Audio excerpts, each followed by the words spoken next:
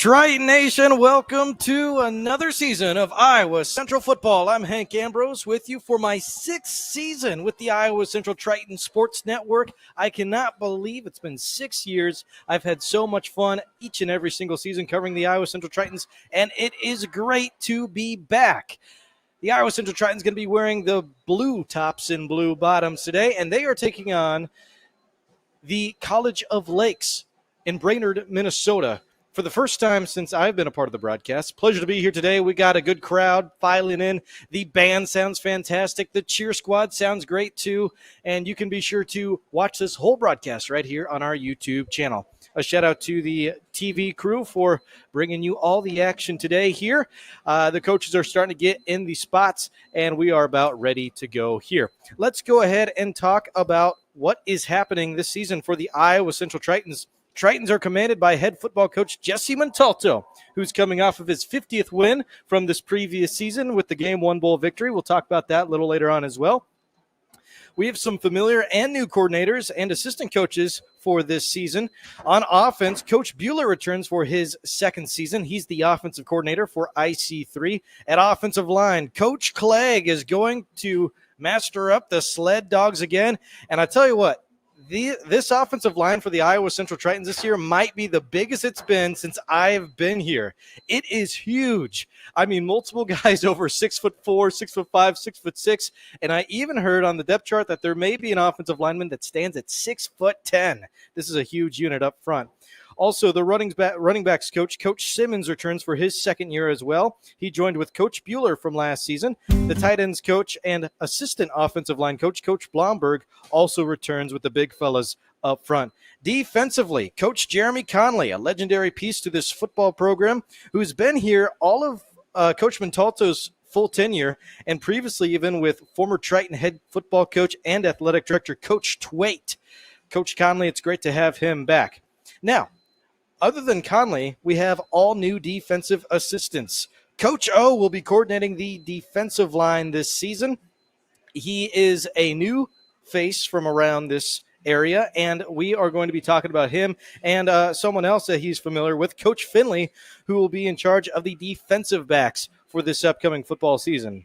Both Coach Bailey and Coach Young, who facilitated the linebackers and defensive backs in previous years, have departed, and Coach Mann had his final season last year, so we wish Coach Mann, who helped out with the special teams as well as the outside linebackers, a fantastic retirement. Let's go ahead and watch in on this coin toss here. We have some captains up front here. We have plenty to talk about heading into this game, and we are going to talk to you about it all throughout this first quarter and second quarter too. And we're going to have a great halftime show as well. If you are new to junior college football or NJCAA football, I'm going to tell you all about it at halftime with what happened last year. Some notable names that you may or may not realize have played junior college football that have made their marks at Division I in college and even at the professional level in the NFL and other iterations of professional football. And again, if you just joined us, I am Hank Ambrose with your play-by-play coverage today. The Iowa Central Tritons coming back from the toss. I did not zero in on the toss to see who won it officially. I apologize. So we'll see in just one moment. Like I said, we have two new coordinators this year, defensive lines coach, Coach O, as well as Coach Finley, the new defensive backs coach, coming into this season. Now, interesting enough, Coach O has actually coached Coach Finley. Coach Finley played some JUCO football over at Contra Costa College and also played for the University of Wyoming. At Contra Costa, that's where Coach O was the head coach of that football program. Coach O has also had coaching experience at West Hills College, University of Florida, University of Alabama, British Columbia Lions, Copiah Lincoln Community College, head coach at Oak Ridge Military Academy, Northern Guilford High School, Grimsley High School, as well as Walter Hines Page High School. Coach O is going to be a great addition to this new Triton family. On the defensive side of the ball, he is coached at every single level of this sport that has to offer, and he's going to bring a lot of experience with him. I'm really excited that we got the 2-for-1 deal with Coach Finley as well. I think he's going to do a great job with the defensive backs this season. You know, I got to sit in on a practice just from this past Thursday, and I was so impressed with how hands-on Coach Finley and Coach O were with the players, getting practice. And even some of the players that aren't starting, some of the players that might not see any varsity time this season, they were spending extra time with them after practice. I mean, it went on for 30 or 40 minutes after the final whistle blew, talking with some of the JV guys, some of the guys that are redshirting, coaching them, showing them new techniques. I'm a big fan of Coach Finley and Coach O already. As you see on your screen there, the Iowa Central Tritons will be returning this very first kickoff here. And the Raiders, wearing the white uniforms with red helmets, will be kicking off. We're going to get to your Iowa Central starting lineups as soon as we get to this first possession here. I'll tell you all about the offense coming up in just a little bit. Now, this is the Iowa Central Tritons' first game of the season, but it is not the Raiders. The Raiders, matter of fact, actually played Ellsworth last week, and Ellsworth had a great start to the season. 49-0 was the final in that contest. But with a little bit of experience early on with the ICCAC, we will see how the Raiders fare today in Fort Dodge, Iowa, at Dodger Stadium, the home of the Iowa Central Tritons. Let's go ahead and check out your Iowa Central Tritons starting lineups on offense. Coming in to start this game will be quarterback Tyler Smith, who is a sophomore this year.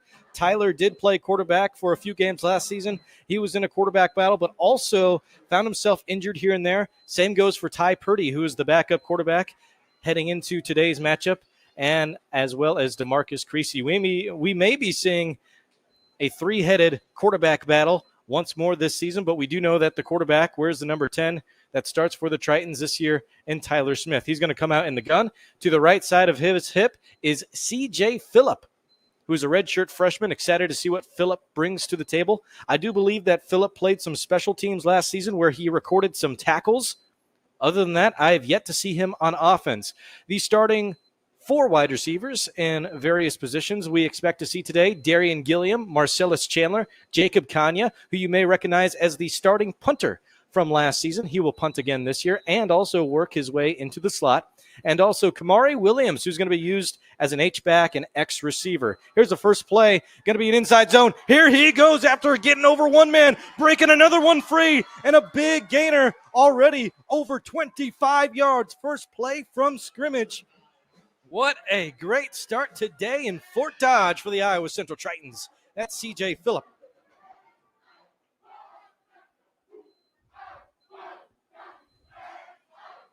And just like that, the Iowa Central Tritons are going to go ahead and get right back to the line of scrimmage. They're ready to go once more. Back to pass, swinging right. There goes Phillip. Phillip looking up. He's still running past a first down marker, looking at a gain of 15. I have a good feeling we're going to be hearing a lot of C.J. Phillip today, as they've gone back to him back-to-back plays already. Continuing with the offensive starters, let's move to the tight end. Tony Terry, the starting tight end this year. He stands at 6'4" and 250 pounds. And the rest of the big boys up front: at left tackle, Jamie Johnson Jr. Left guard is Alan Pond. Center, Jordan Jensen. Right guard, Quinnen Kuani. And right tackle, Ethan Walker. Those are your starting lineups on the offensive side of ball for the Iowa Central Tritons. Once the defense gets out there for the Tritons, we'll be sure to go over those starting lineups as well. A 2nd and 10, no gainer there. From the gun, got an H-back, shifting left, rolling left is Smith. He will fire down towards the flat and have an incomplete pass over towards the number 2, intended for Darian Gilliam.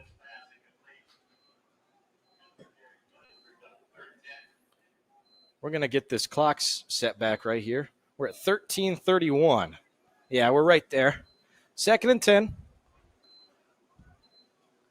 Brings it to 3rd and 10 now. Ball's on the 31-yard line.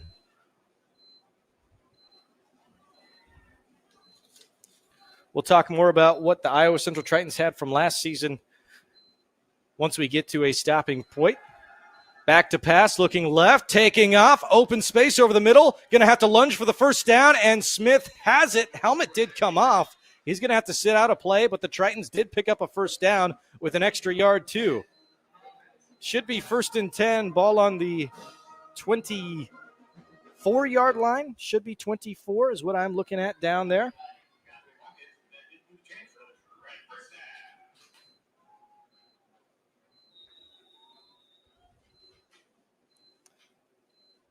So coming into the game now will be backup quarterback DeMarcus Creasy, who is a sophomore.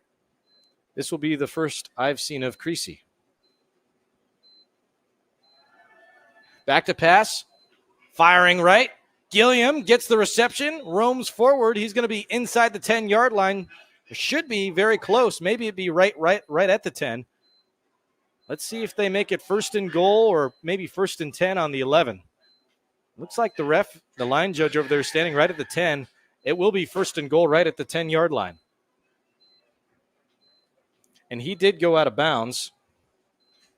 We got about 13 minutes remaining in this first quarter. The Tritons have been marching. Cadillac formation. Tight end standing off to the left. Tony Terry. Watch out for that name. 2 wideouts, 1 on each side. They will hand off. Got him in the backfield looking to battle forward. And we'll see the first loss of yards from the Tritons.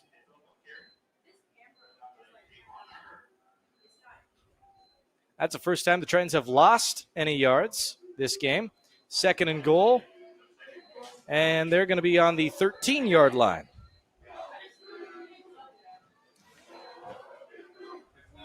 And starting quarterback Tyler Smith checks back into the game. From the gun, Phillip to his right. Kanya on the right side as well. He will motion out right, doubles to the left, back to pass, looking left, now looking right. Tony Terry. No, Kanya in the end zone, leaps up and scores. The first Iowa Central Triton touchdown of the season belongs to Jacob Kanya and Tyler Smith, a passing touchdown early on.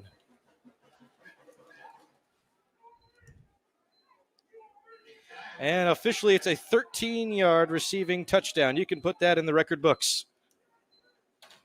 And now the Tritons will bring out their starting kicker, Anderson Trejo, to take this kick. And lining it down, holding it down, will be Ty Purdy. 6-0, looking to make it 7-0 with this. Up, and it's good, 7-0. Triton Nation, let's go ahead and stay right here. I want to talk a little bit more about what we saw from last season with the Iowa Central Tritons.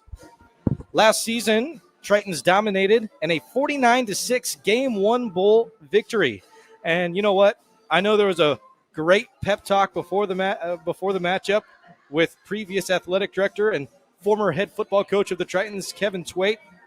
Gave a big speech before the game, and the Tritons were ready to go straight from the jump. The Tritons ended up jumping out to an early 21-0 lead in that first quarter with touchdown passes from Ty Purdy, who you just saw hold down that previous kick there. Akili Maddox had a fantastic day, getting over 50 yards. Dalen Houston, who returns to the Tritons this year, who will not be playing today, out with an injury, had a great day as well, and so was Sincere Bowers, who was the Game 1 Bowl MVP. The Tritons would go on to score 42 points in the first half, while the defense shut out the Wildcats. Both teams would only score once in the second half, and the Tritons won the Game 1 Bowl 49-6. As a team, the Tritons finished with 516 yards of total offense, 226 yards rushing, and 290 passing, while holding North Dakota State College of Science to just 62 total yards.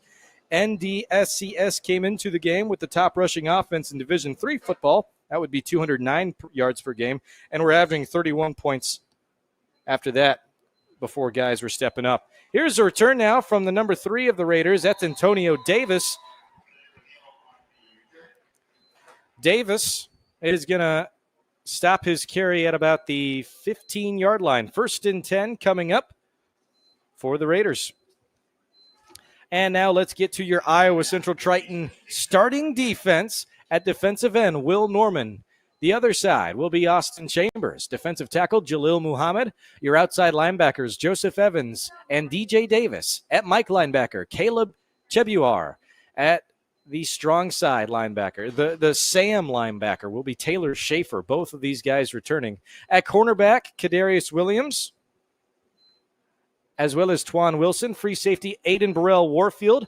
And strong safety, Amarion Williams. Snap to the running back. That's going to get him just a few yards.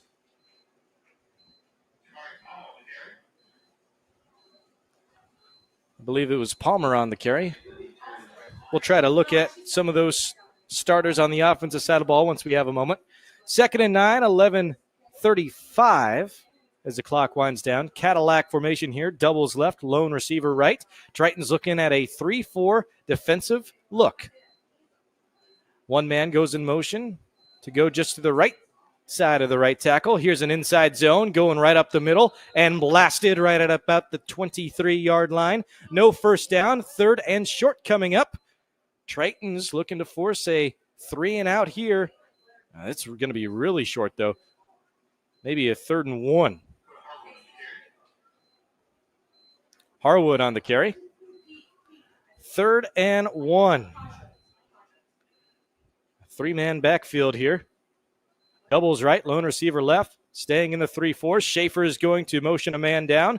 Williams looks ready for a tackle. They're going to try to break outside. No! Schaefer coming in hot with the tackle for loss. And right behind him was that big defensive tackle, Jalil Muhammad. And also Austin Chambers on that last tackle. Tritons going to hold to a 4th and 5.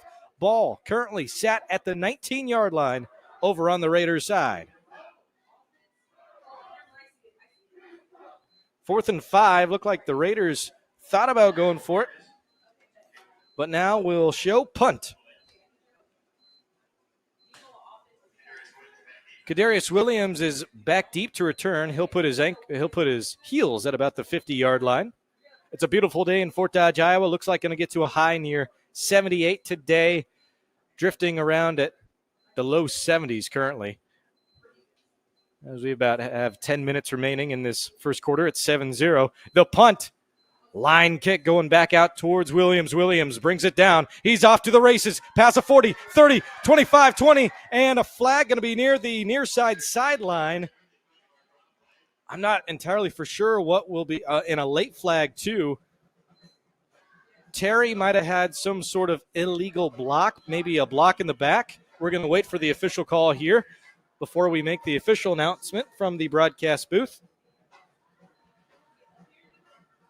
It will be it should be 1st and 10 for the Tritons.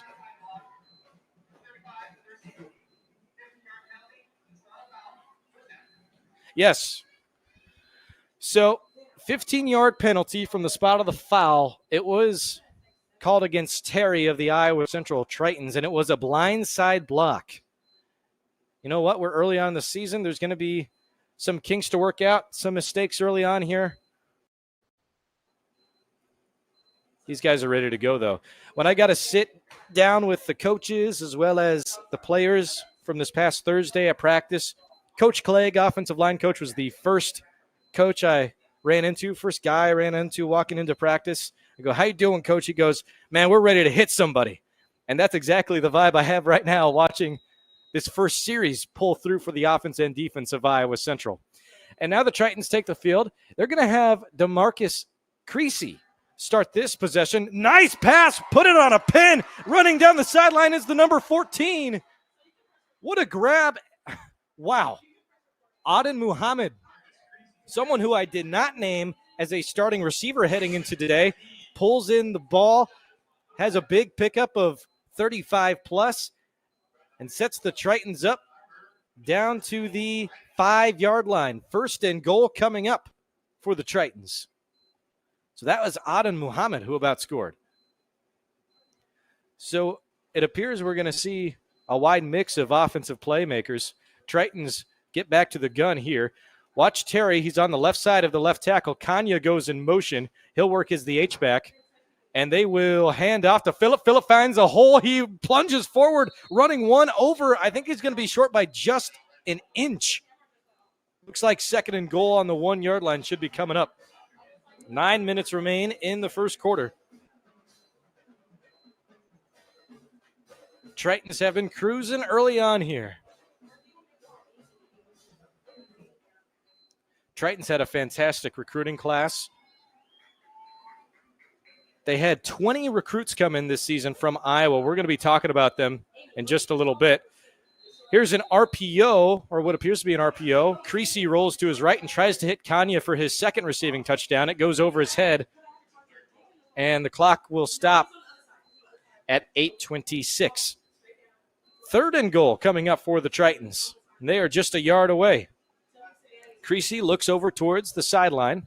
We're going to have some substitutions. Kanya is subbed out, and 87 comes in.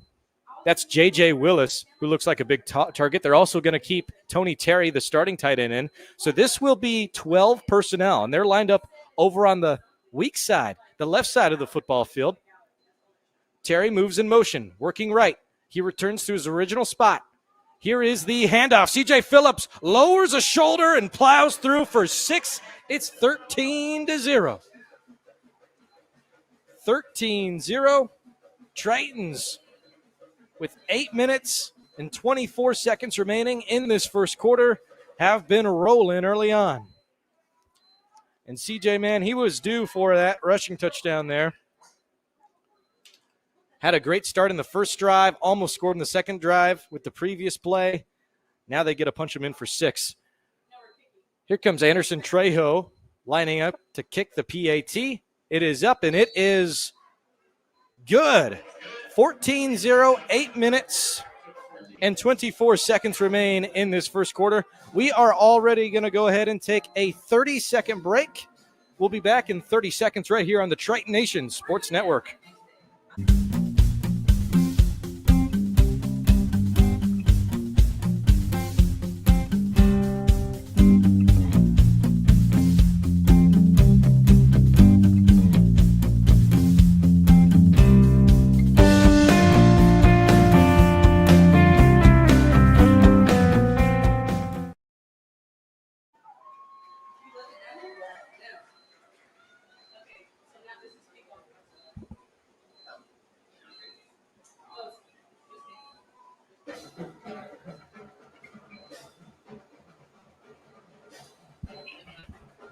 Hey, mute me.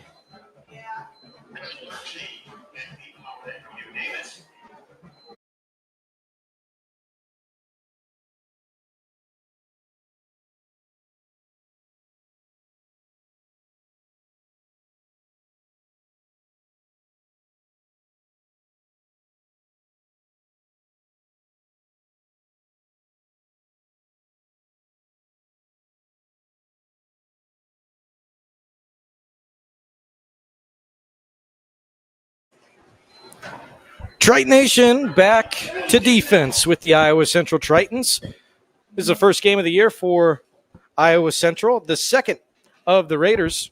They're of Central Lakes College Brainerd.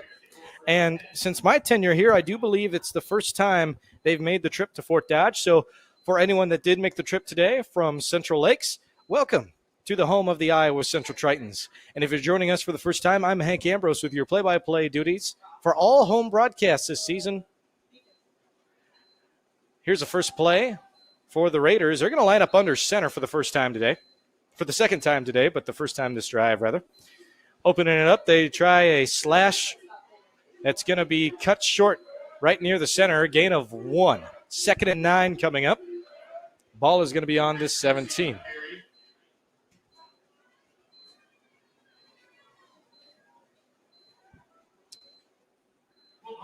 Tritons showing 3 with the rush. 4 backers waiting for the pitch. Here it is, coming in pursuit, and the first man brings him down. That's the number 4 on the Triton side. And I'm going to have to go into my roster sheet to see who that is. Howard was on the pitch.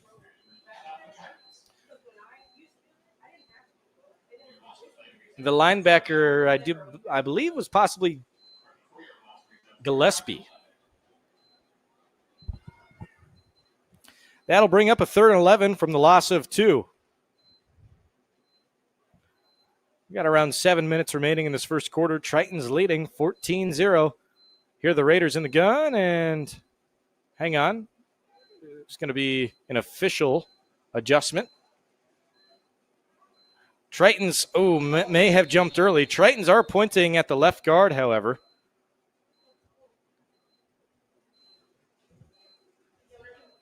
The offensive guard may have gone. It is false start on the offense. Raiders shooting themselves in the foot. They're going to have to step back a couple. It's going to be 3rd down and 16 from the 9-yard line. 6 minutes and 54 seconds remain in this first quarter. Raiders need a break. This is a heavy run team. They ran the ball over 25 times in a 49-0 loss against Ellsworth to open this season. Here's what appeared to be a quarterback option of some sort. He's going to be brought down near that line of scrimmage. Tackle made that time by Jalil Muhammad, who's been in on 2 tackles so far this game. 4th down and long coming up, and the punter will be backed up in his own end zone. I wanted to talk about some of the recruiting class this season for the Iowa Central Tritons.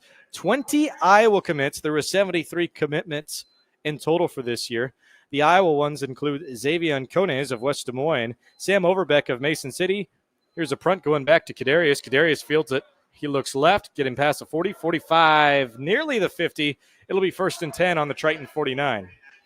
Sam Overbeck of Mason City commits to Iowa Central this year. Brady Schuler of West Des Moines is also joining the program with Karsten Bernholtz of Ankeny, Denver Longden of Des Moines, Jose Benitez of Newton, Jacoby Worrells of Davenport, Tristan Branzoy of Forest City, Aiden Holvenreis of Marion, Tristan Hill of Ankeny, Devarian Clark of Cedar Falls, Michael Hall of Dubuque, CJ Eilis of Cresco, Gavin Kramer of Sabula, AJ Nelson of Bettendorf, Braden Thompson of Cresco, Tyler Knight of Center Point, Jalen Johnson of Dubuque, and Gavin Stockdale of Waverly, Iowa. Those are 20 of the Iowa commitments out of the 73 total class that came from all over Minnesota, Illinois, Missouri, Wisconsin, Alabama. You know, it's one thing to have a fantastic coaching staff like the Tritons do, but it's another thing to have a great recruiting class as well.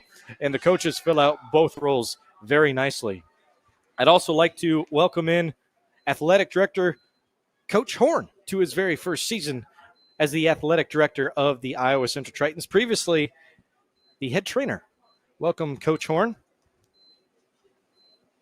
Glad to have a Triton fill those shoes. Here's Ty Purdy in at quarterback. He's going to throw a nice lob pass out to the right side, just missing the mark of the intended receiver. That's Kamari Williams.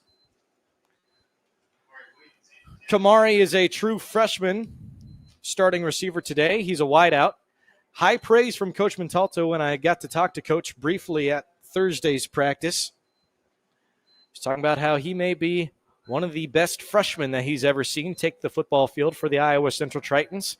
So he's a name that I've had highlighting heading into today's contest. 14-0-509 remains in this with a 2nd down and 10. Ball's on the 41-yard line. Purdy is going to fumble the ball. No, they will call for an incomplete pass. Purdy looks to be shaken up, getting up a little delayed. Took a hard hit. Purdy will be helped up from his offensive line unit, and it looks like he's going to be okay. Blindside coming in hot. Got Purdy when he wasn't expecting it. Good defensive effort from the Raiders' side. 5 minutes and 3 seconds remain. It is 14-0 in this first quarter.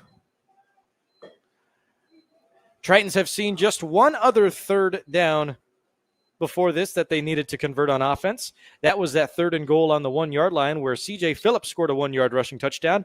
To open the game, Jacob Kanya had a 13-yard receiving touchdown. I love the versatility of Kanya, who also is the starting punter of the Iowa Central Tritons, as he was just that last season as well. Oh, and the Raiders and their coaching staff is going to go ahead and challenge that previous play and what they called an incomplete pass. This is to rule if it was a fumble, and if it was, it would be recovered by Central Lakes. Let's talk about Central Lakes a little bit. Last season, they were 1-5. Their sole victory was the first game of the season for the Raiders, 16-14. That was at Minnesota State Community and Technical College. They share Division III football and the conference with North Dakota State College of Science, in which they played the Tritons last year in the Game 1 Bowl. Like I said earlier in this quarter, this is a heavy rushing team. Last season, the Raiders had just one passing touchdown, and they rush the ball a lot. And that's kind of what we expect for this season. They are in a rebuild of what they're trying to do. And they are 0-1 on the season. They opened up the year on the 23rd, taking on Ellsworth Community College. That was a home game for Central Lakes. 49-0 the final score against the Panthers that we know that share the ICC AC with the Iowa Central Tritons. Passing-wise, in the previous contest, they went 2 for 20 with 5 interceptions. Ellsworth defense has really picked up heading into this season. That's going to be a contest that I'm excited for. We'll talk about the Triton schedule later on. More on Central Lakes as we await for the official ruling on the field. They are talking over the challenge on if it was a fumble or if it was an incomplete pass. Starting at quarterback, Alexander Morabito. Some of the starting running backs include Dion Lovelace and Kasim Wade. Starting receivers include Antonio Davis and Colin Shack. Otherwise, they have a mixture of running back, fullback, and tight end filling out the rest of the roles. Their starting kicker is Mario Vargas. And some stars on defense, you can anticipate the names being called for College of Lakes would be Chartriel Jenkins, Javon Glaspie, Denzel Richmond, Alex Hart, Jalen Marshall, Elijah Ward, and more. They are head coached by Coach Toby Thurman. Also on the staff, defensive coordinator Lonell Harrison, assistant coach for the defensive backs, Brandon Boyett, assistant coach of the running backs, Ben Wallace, and assistant coach of the offensive line is Gabriel Brown. This is the second season for head football coach, Coach Thurman. He's from Fairfield, California, and has had previous coaching experience in California. He was a former 2-year starter at American River College. Coach Thurman earned a partial scholarship to North Dakota State, proving his grit and talent on the field, and now brings his talents to the Raiders. Here's the call.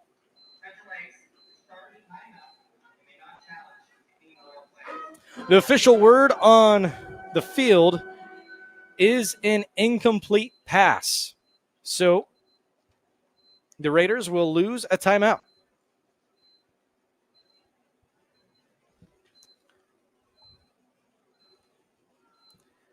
Five minutes, 3 seconds remain in this first quarter. It's 14-0. The Raiders also lose a timeout. They have 2 remaining.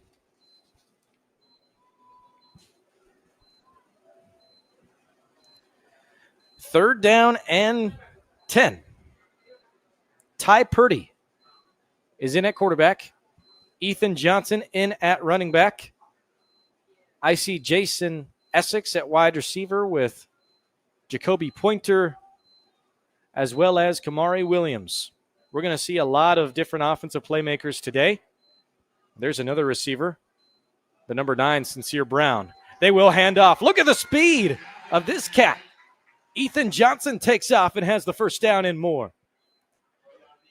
Tritons took to the line of scrimmage looking like they were going to pass on 3rd down and 10. Instead, they go with an inside zone. Zone read found the open hole from the big fellas up front who have done a great job today. Kudos to the offensive line and Coach Clegg, as well as Coach Blomberg for getting the offensive line ready for this season opener.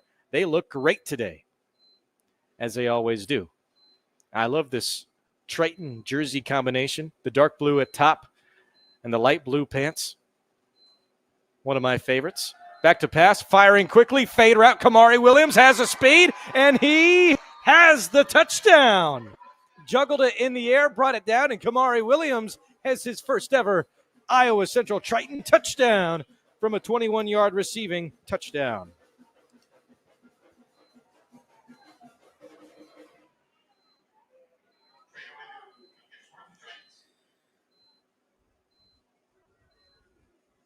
That last passing touchdown was thrown by Ty Purdy. The other passing touchdown thrown by Tyler Smith. 20-0. And Anderson Trejo comes out for his 3rd point after attempt. Ball lined down. Kick is up, and it is good. 21-0, 4 minutes and 15 seconds remain in the first quarter. And we are going to go ahead and take a 30-second break. We'll be right back with the kickoff right here on the Triton Nation Sports Network. We're CJ Bio. In 2012, we opened the only biomanufacturing plant in North America right here in Fort Dodge. Now employing over 200 people in the local area, we've had amazing success in lysine production as an environmentally friendly animal feed. And just as important as our business has been the warm welcome of the Fort Dodge community. We here at CJ Bio want to thank the people in the city of Fort Dodge for giving us the best of all things, a wonderful home. CJ Bio, amazing people, amazing community.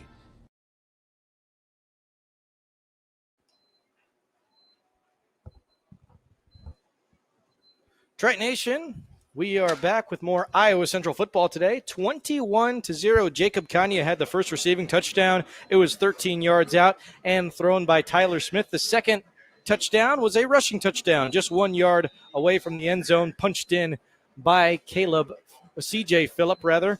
And then we just saw a 21-yard receiving touchdown from Kamari Williams, thrown by Ty Purdy.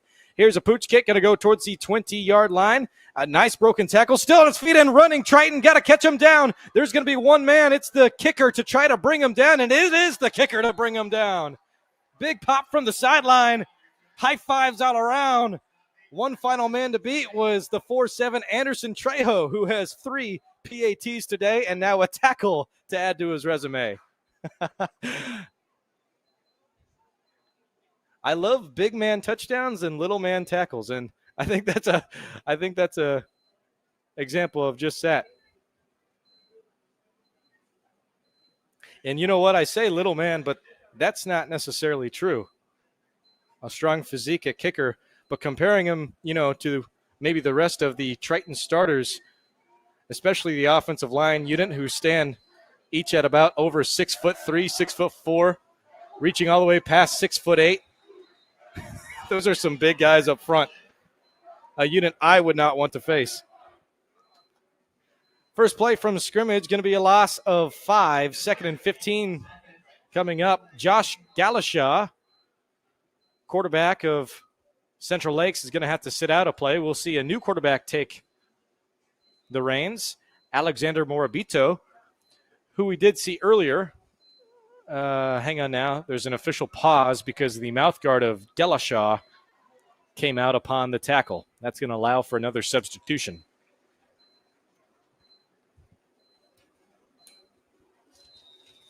Second down and 15, 3 minutes in. Around 3 minutes remain in this one. From the gun. Doubles, swing pass out to the left. Oh, nice tackle.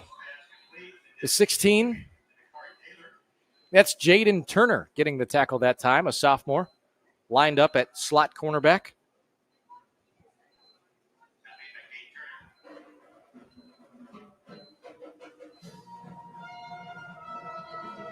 Third down and 21 coming up from the loss of 6. Tritons stay in a 3-4 look. Maybe expecting pass here. You never know. We've seen them run it on 3rd and long before. Twins on each side from the gun. And they may have possible free play. They think it is. They'll fire it deep, going long and intercepted by numero uno. Malik Johnson brings in the INT. However, I think it might have been a free play in favor of the offense. Did any flags go?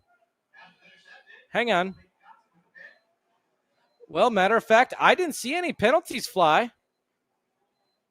I think the quarterback, Morabito of Central Lakes, believed it to be a free play. That's why he took the shot downfield, but I don't see any penalty markers on the field.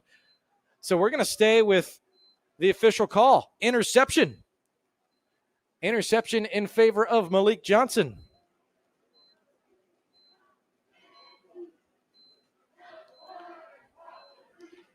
And at that drive change, I'd like to thank some wonderful sponsors of the broadcast today and all season long. with the Triton Nation Sports Network. Thank you so much to Citizens Community Credit Union, Beiser Lumber Company, Avela Bank, Bemrick Electric, Calver and Johnson Insurance, CJ Bio, CNOS, Gunderson Funeral and Cremation Care, Jensen Builders, Mark's Auto Mart, Rash Construction, and Chodden Electric for supporting Triton Sports. How about this? Is it Kamari Williams again? I looked down for 2 seconds and looked back up, and the Tritons have a 71-yard receiving touchdown in back-to-back plays from Kamari Williams. I told you earlier, head football coach Jesse Montalto had high praise for the true freshman, and Kamari Williams is showing out now with back-to-back receiving touchdowns on back-to-back offensive plays for Iowa Central. That time, he hauled it in for 71 yards. Wow. 27-0. I need 2 sets of eyes, maybe 4, to keep up with what's happening on the football field. And the kick is up, and it is good for Anderson Trejo, who stays 100% kicking PATs. 4 for 4 now. 28-0. 2 minutes, 27 seconds remain in the first quarter. We're going to go ahead and take another break. We'll be right back in 30 seconds right here on the Triton Nation Sports Network. CNOS is proud to be your orthopedic and sports medicine providers. You can visit our clinic knowing you will receive the best orthopedic care in the area. Located at Unity Point, we offer quality care to address any bone or joint problems. We are committed to providing the best possible care to the communities we serve. CNOS, proud sponsors of the Iowa Central Tritons. Go Tritons!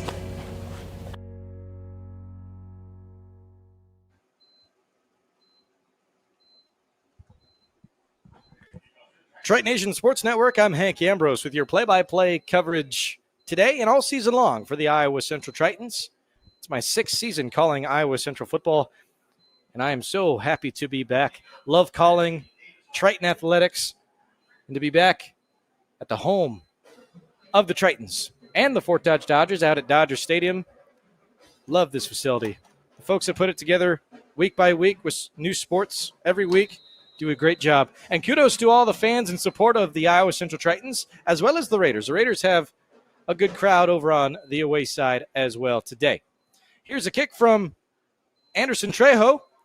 Kicks it down to the number 3. Spin move, and look at this sea of Tritons pushing them back. Pushing, and going back towards the 20. Let's see where they spot this ball. It might be around the 20 or 21-yard line of the Raiders. The Iowa Central Tritons football schedule for this upcoming season. They will not have a matchup next week. They return to action at Highland Community College as the Tritons continue to play in that Jayhawk football conference, the KJCCC. So they'll be at Highland Community College on September 13th. That'll be a 1 p.m. kickoff. They'll be back home on the 20th of September against Hutchinson Community College. We will be bringing you that action. That kickoff time will be at noon. Then at the end of September, on the 27th, they'll be at Iowa Western Community College, a big matchup in conference play. Got a flag. We'll see what that's about in just a second. In October, they'll be home versus Dodge City Community College. That's a noon kickoff. October 11th at College of DuPage. The 18th will be at Coffeyville Community College, and the 25th will be at Ellsworth Community College. So a strong stretch of road matchups the last 3 weeks of October, then returning home on November 8th against Independence Community College. They'll be on the road at Garden City Community College on November 15th, and then they'll be home versus Butler Community College on November 22nd. You can find the full Triton football schedule online at iowacentral.edu. Here's a swing pass looking left, bringing it in, breaking one tackle, moving back near the line of scrimmage. Not going to get all the yards they lost back, but looks like a 2nd down and 11 will come up in just a moment. Going to be sat at the 21-yard line for the Raiders. 2 minutes remain. 2 minutes remain in this first quarter. It's 28-0.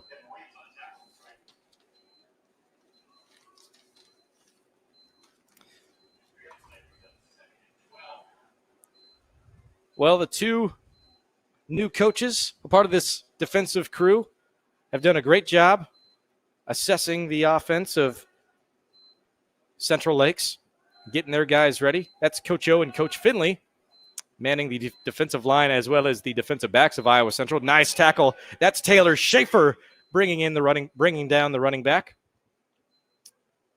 Kasim Wade was the last to take the carry.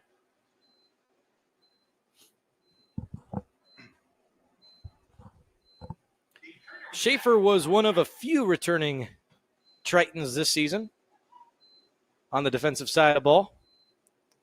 Others include Kadarius Williams, Aiden Burrell Warfield. I believe Malik Johnson is a returner this year. Twan Wilson returns this season.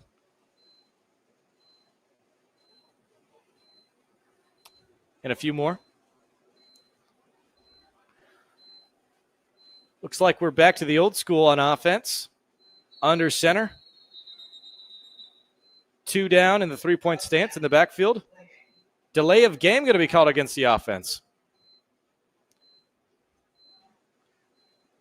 35 seconds remain in the first quarter. 3rd down and 19 coming up. And make that 3rd down in. Are we early here? Nope. That's right. 3rd down and 19. Ball from the 13-yard line on the Raiders side. Beautiful day for football in Fort Dodge. I'd like to shout out the cheer squad as well as the dance team and the Triton band for getting the fans ready and the team ready to go, pumped up for the 2025-2026 NJCAA football season starting in Fort Dodge. Here's a pitch to the left side of the football field, and the tackle is going to be made by 23. Wilson Abrams makes the tackle. And the number 23. I'm going to have to look at my roster sheet for that. The number 23 would be Mason Chandler. After 1 quarter of play, Tritons lead 28-0. Well, let's go ahead and take a minute break. And when we return, the Tritons will start to get ready for another round of offense. We'll be back in 1 minute right here on the Triton Nation Sports Network.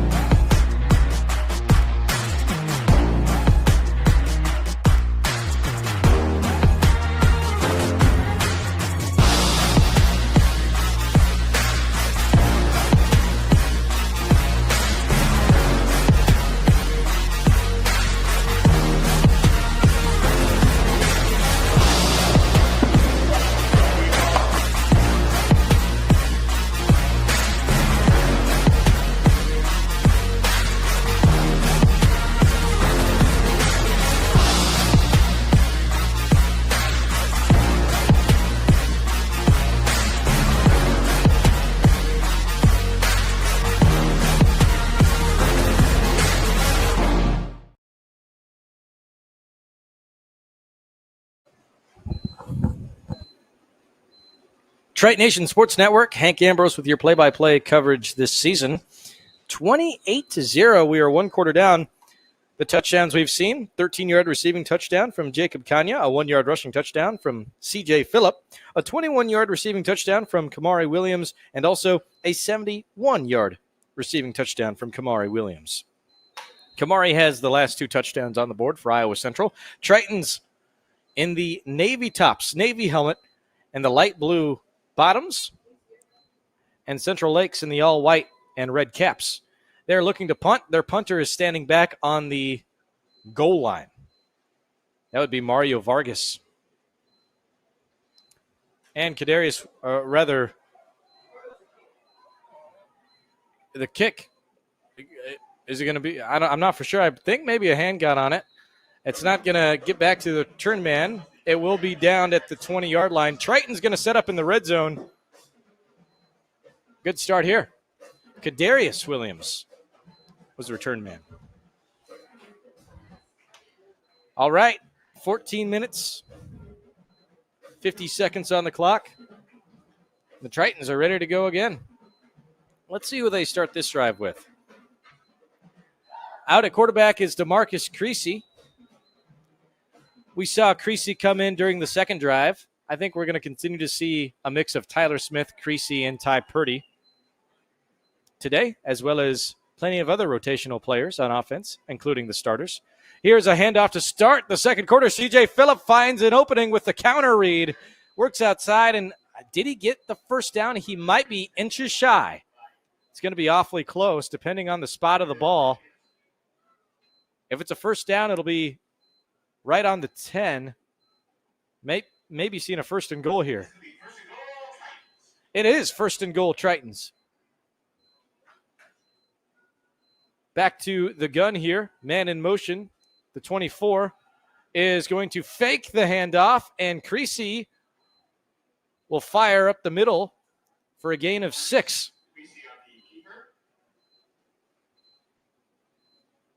.14:05 and winding down for Iowa Central. Stick around for the halftime show. We'll be showing a little bit of the Triton Marching Band taking the field.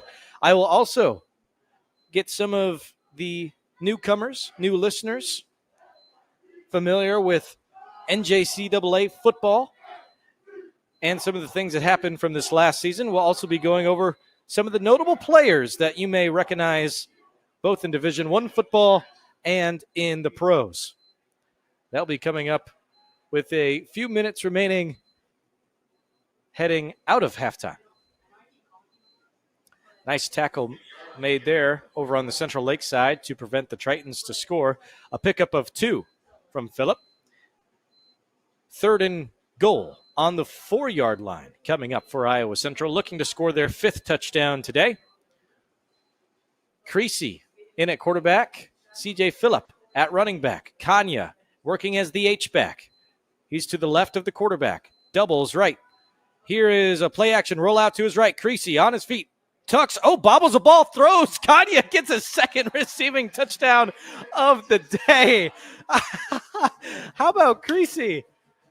I have never seen a quarterback do that. Tuck the ball to run. He juggled it in the air, was able to regain composure. Here's the instant replay, and throw it over to Jacob Kanya, who gets his second receiving touchdown of the day. Officially a 3-yard receiving touchdown from a zig route headed towards the flats and just into the end zone.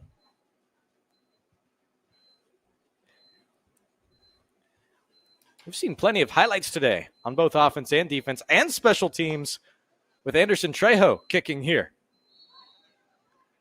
And he is good. Continues to stay 100%. 35-0. And we're going to take a 30-second break to thank more of our sponsors. Stay with us. More Triton football coverage. Stay right here on Triton Nation Sports Network. We're CJ Bio. In 2012, we opened the only biomanufacturing plant in North America right here in Fort Dodge. Now employing over 200 people in the local area, we've had amazing success in lysine production as an environmentally friendly animal feed. And just as important as our business has been the warm welcome of the Fort Dodge community. We here at CJ Bio want to thank the people in the city of Fort Dodge for giving us the best of all things, a wonderful home. CJ Bio, amazing people, amazing community.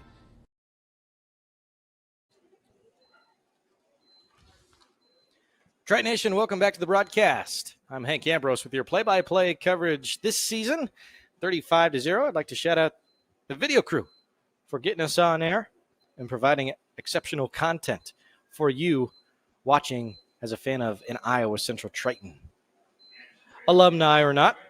And also shout out to all the fans that made it out in attendance today, the band with the sounds from the stands, the dance team, the cheer squad, and everyone else that came together to make today's game possible. It takes a village. Anderson Trejo kicks off. Booming kick going back towards the 1-yard line and into the end zone. Raiders going to set up 1st and 10 on their 25. Last season, the Iowa Central Tritons went 6-6 and got a victory in the Game 1 Bowl. Head football coach Jesse Montalto is 11-0 in postseason matchups. That Game 1 Bowl victory to close last season, by the way, was his 50th career win with the Iowa Central Tritons. We are very lucky to have head football coach Jesse Montalto as well as the rest of the Iowa Central Triton coaching staff. They do a great job, both from a coaching standpoint, recruiting standpoint, working one-on-one with players. I told you earlier how impressed I was of Coach O and Coach Finley, staying after practice, working with not just the starters, the JV guys, the red shirts, the walk-ons, extra support after practice, late into the week. It's the Triton way. These guys really care about football and their players, and they show it every single day. Proud to be a Triton with you this season. As the Tritons return on defense, showing a 5 front this set here. Schaefer, eye to eye with the quarterback. He looks ready to make another tackle. We got Laundry on the field. Encroachment or false start? Let's see the call here.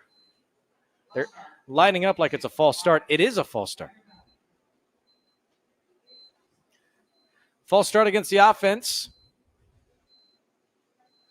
We'll back them up to the 23-yard line. Second down and 17 coming up. Tritons with a 35-0 lead. 5 crowding the defensive line. 3 safeties lurking over top. 2 linebackers in the mix and just 1 wideout to cover. That's Kadarius Williams out there shadowing the receiver. Now he's going to come out and make a tackle. You see that from Williams? We're just bringing him up there. Great anticipation. You can see him nodding his head now. Williams shadowing the starting receiver of Central Lakes. He's following him the whole time, but he's aware enough to take a look back at the ball carrier to see who has it, finds that he has the open lane. Then Williams, when he finds his moment to attack, he does and gets the tackle. That's great football from Williams. Under center. 2 and a 3-point stance in the backfield. Toss outside. Tackle coming in for Schaefer. Schaefer gets his 3rd tackle of the day and his 1st tackle for loss. He goes celebrating with the Triton Sharks, the linebacker crew. Hang on, we got a flag on the field. See what this is in just a moment.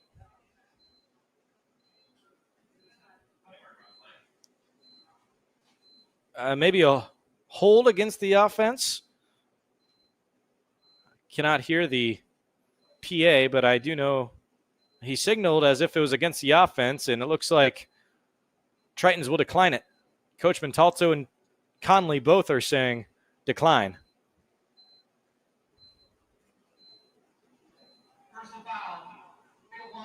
Personal foul.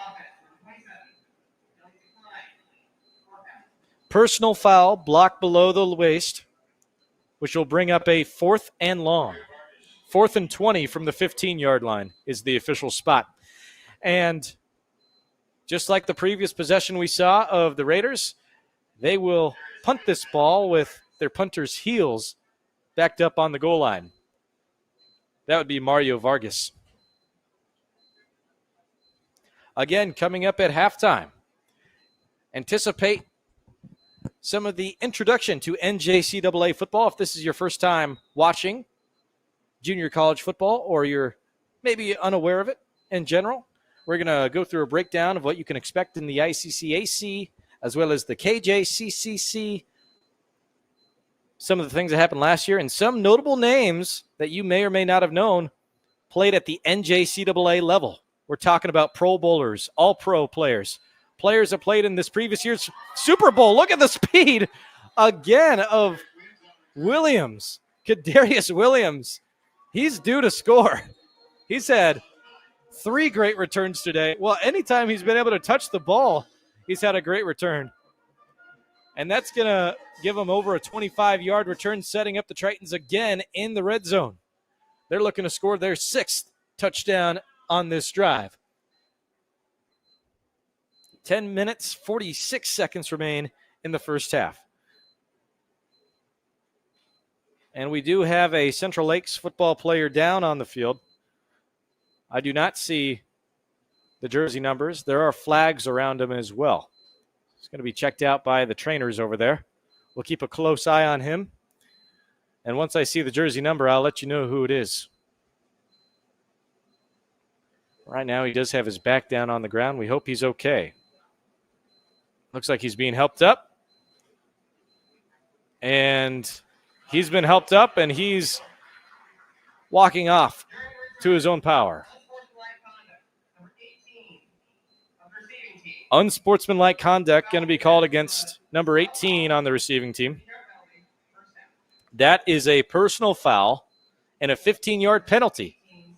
So that also is going to be marked at around where the spot of the foul occurred. So it'll be 1st and 10. Tritons now will not set up in the red zone.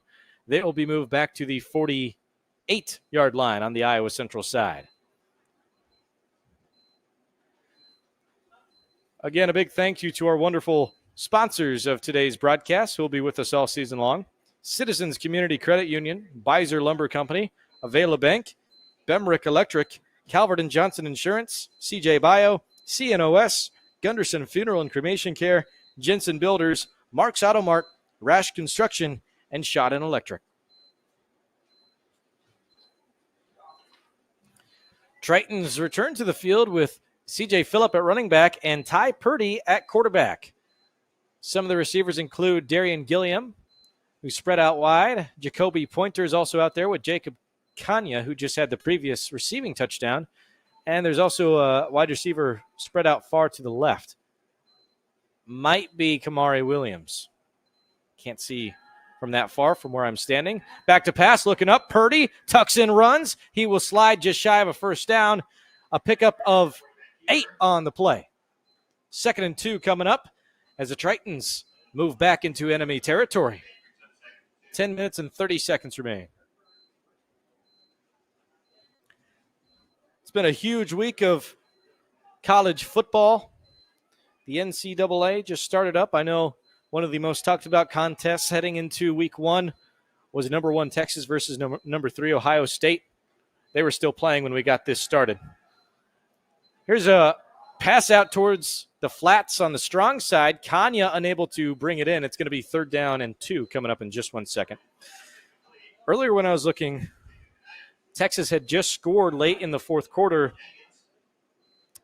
and they were unable to score again. I see the final score. Ohio State wins it 14-7 against Texas. That's the final.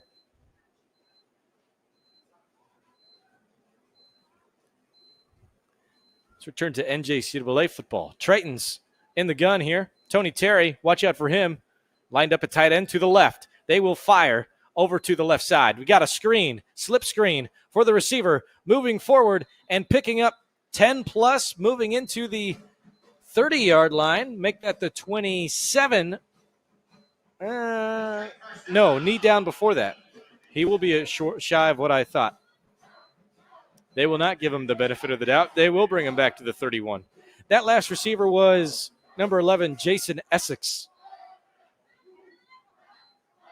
Tritons, some quick tempo here.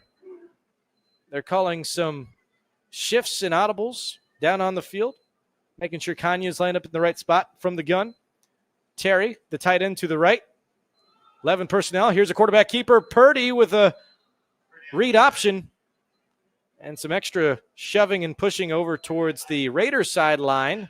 No penalty marker thrown. I think those 2 linemen will be let off with a warning.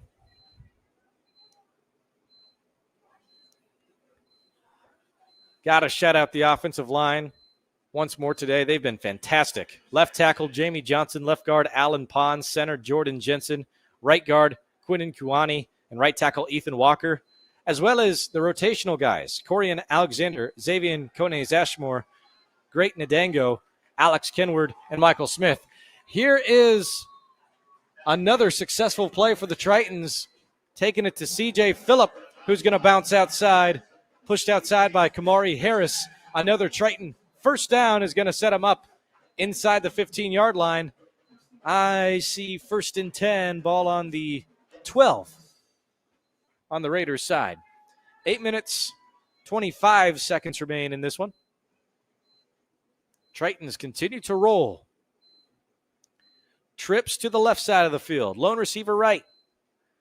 Darian Gilliam stands at 6'5". That might be a one-on-one mismatch over there.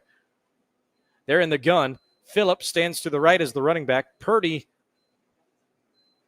gets the snap. He pumps. He goes forward, looking to score. He breaks one, tries to evade another. He'll be brought down just shy of the goal line. In fact, just shy of the first down marker. Possibly. He might have got it. It's close. Second in, it looks like it will be 2nd and inches. Yep, 2nd and inches. Ball on the 2.5-yard line, if you will. Tritons stay in the gun. 2 receivers right. 2 tight end to the left. This is 12 personnel. Tony Terry. And the backup tight end over there being J.J. Willis. Got a man in motion. Phillip gets the handoff, and Phillip has the 2nd touchdown on the day. We'll give him a 2-yard rushing touchdown to pair with his 1-yard rushing touchdown from earlier. Boy, Anderson Trejo has had a busy day taking PATs. I can't imagine he'll complain about that. 41-0. Looking to make it 42. 7 minutes, 5 seconds remain in the first half.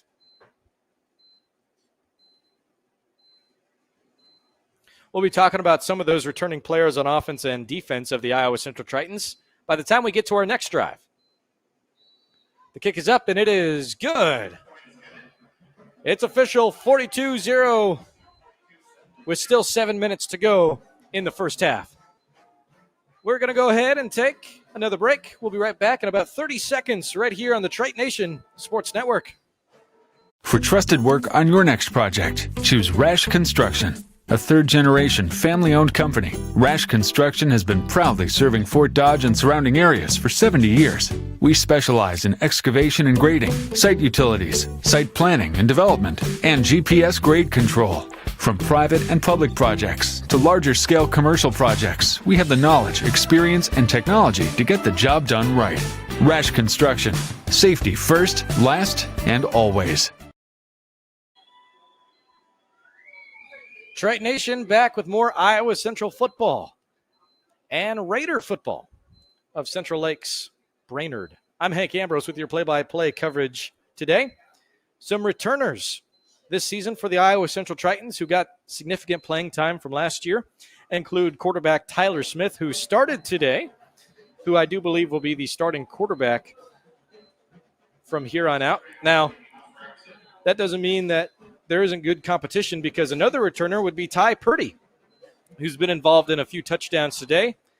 They're both returning at the quarterback slot. Tyler Smith last year was 76 of 119, 1 interception. He had a 63 completion percentage, 971 passing yards, 9 passing touchdowns. Ty Purdy was 58 of 110 with 3 interceptions, a 53 completion percentage, 11 passing touchdowns, and 762 passing yards. Another player who is returning but is not playing today, Anthony Hall Jr. He likely will be the starting running back on the season. Otherwise, he will be in the mix in a committee-type role at the very least. Anthony Hall last season was a rotational running back who is behind only Sincere Bowers, who is the Game 1 Bowl MVP, or the offensive MVP anyway. Anthony Hall last season, 53 rushing attempts, 258 rushing yards. He had 3 rushing touchdowns and was also involved receiving as well, where he had 7 receptions from last season, 87 receiving yards, and a receiving touchdown. Another returning Triton who had significant receiving yards from last year. Dalen Houston, who is out today. Got a penalty on the field. Going to replay the down, it sounds like. As previously mentioned, Dalen Houston returns to the Tritons this year. He is also out today. He is one of those Iowa recruits that the Tritons love to bring in. He played football for Johnston.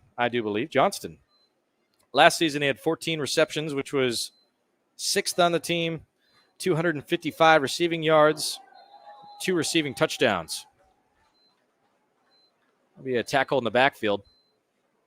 I'll pick up a few of what they lost. 2nd and long coming up. All other returning offensive playmakers include Darian Gilliam, as well as Jacob Kanya. Now, Kanya, he punted last season, and he was able to do some work as a wide receiver as well later in some games.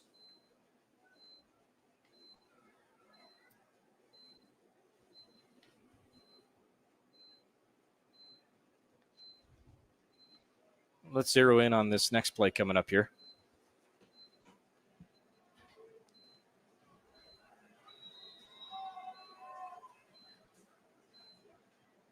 Second down and 10 from the 27. Going under center here. They're keeping Morabito at a quarterback. We've seen 2 different quarterbacks today from Central Lakes. He's got speed. Look at him go. Working outside. He might beat the edge. Oh, what a big tackle headed for out of bounds. Was it inbounds? Okay, it was. Was not a late hit. Hit stick made by 23 Mason Chandler. Oh, wow. Chandler did not start at linebacker today, but he's been involved in a couple hits. That was a solo smash outside. And a pickup of just a few will make it 3rd down and 8 on the 28-yard line. Let's talk more about some of the returners on defense, returning players. Taylor Schaefer being one of them. We've called his name a couple times today. Another backer returning is Aiden Burrell Warfield, who got the start today. Kadarius Williams, another returning player. He's a key player. Cornerback 1, but also the star return man on the punt return. Oh, we got a timeout. That'll be the second charge timeout of the half. They did not take the one from earlier. They lost it due to a challenge that did not go their way. Well, 6 minutes remain in this first half. It is 42-0.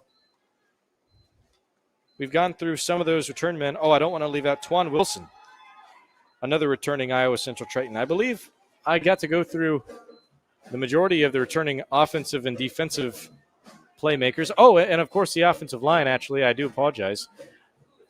Folks like Jamie Johnson Jr., Alan Pond, Jordan Jensen, Quinn Kuani, all returners at offensive line this year. 4 returning big men, and they are huge. It's great to have the big sled dogs up front. That's what Coach Clegg calls them. And that they are.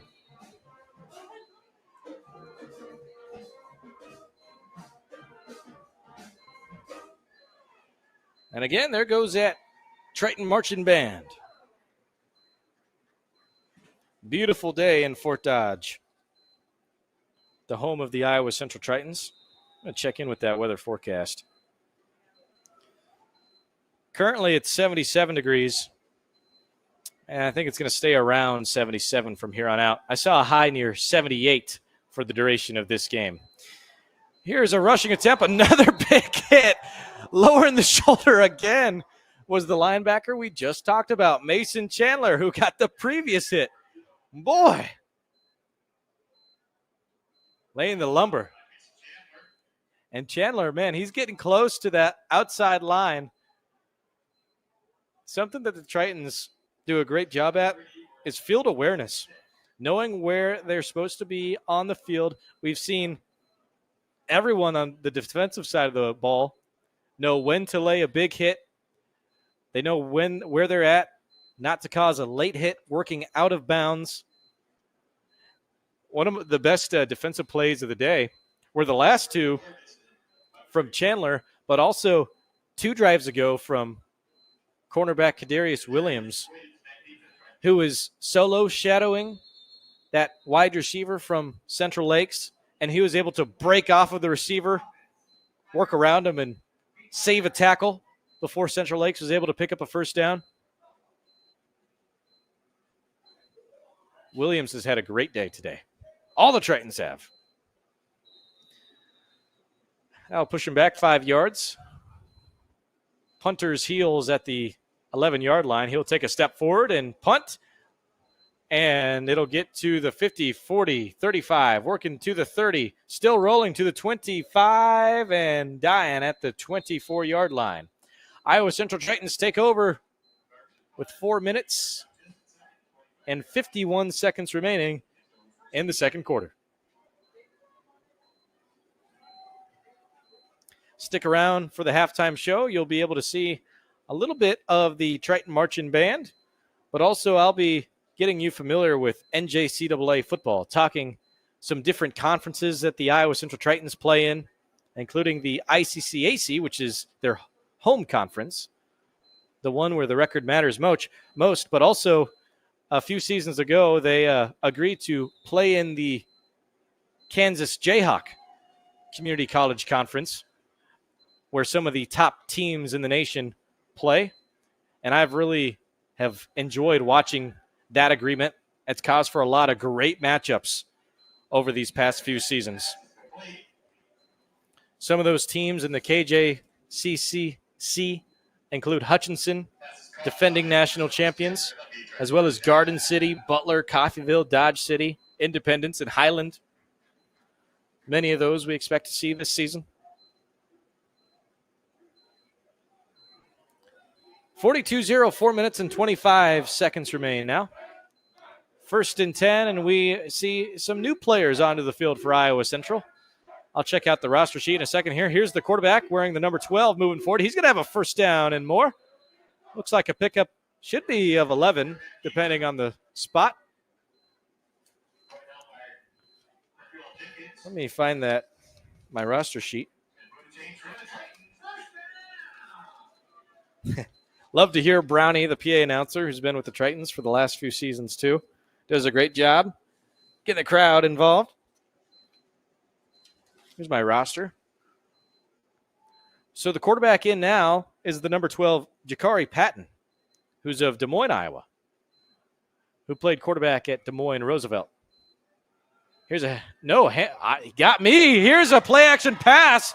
Tripping over himself is the number 80, who had open acres towards the end zone. Eddie Sama of Southeast Polk is the one to bring in that reception. Man, if he was able to land on both of his feet, not trip himself over, he would have had 6 into the end zone. And you know what? So his name is Sama. He played at Southeast Polk. That's where Abu Sama, starting running back of the Iowa State Cyclones, played. I wonder if there's a relation. I bet there must be. And now a handoff given to Ethan Johnson. Saw a lot of Johnson in the first quarter. Haven't seen much of him in the second. They ended up subbing C.J. Phillip back in to put on a pair of touchdowns. So now Johnson will now make a dent to the Raider defense. 2nd down and short here.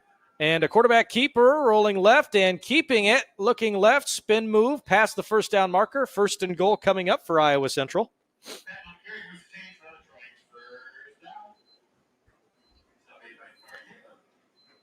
See if I see any new wide receivers in. I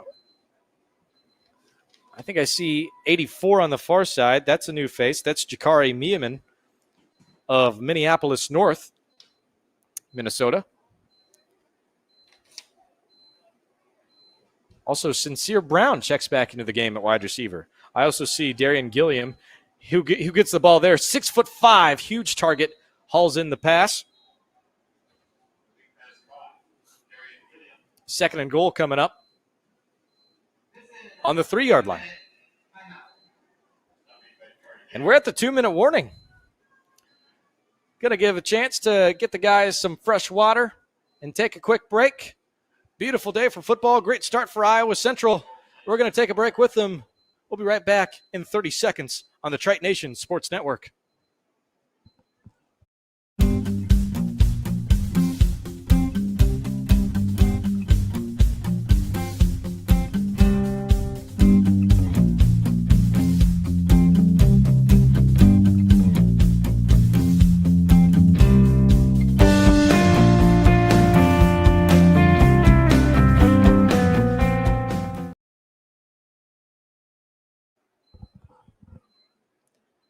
Triton Nation back with more football coverage at your home of the Iowa Central Tritons.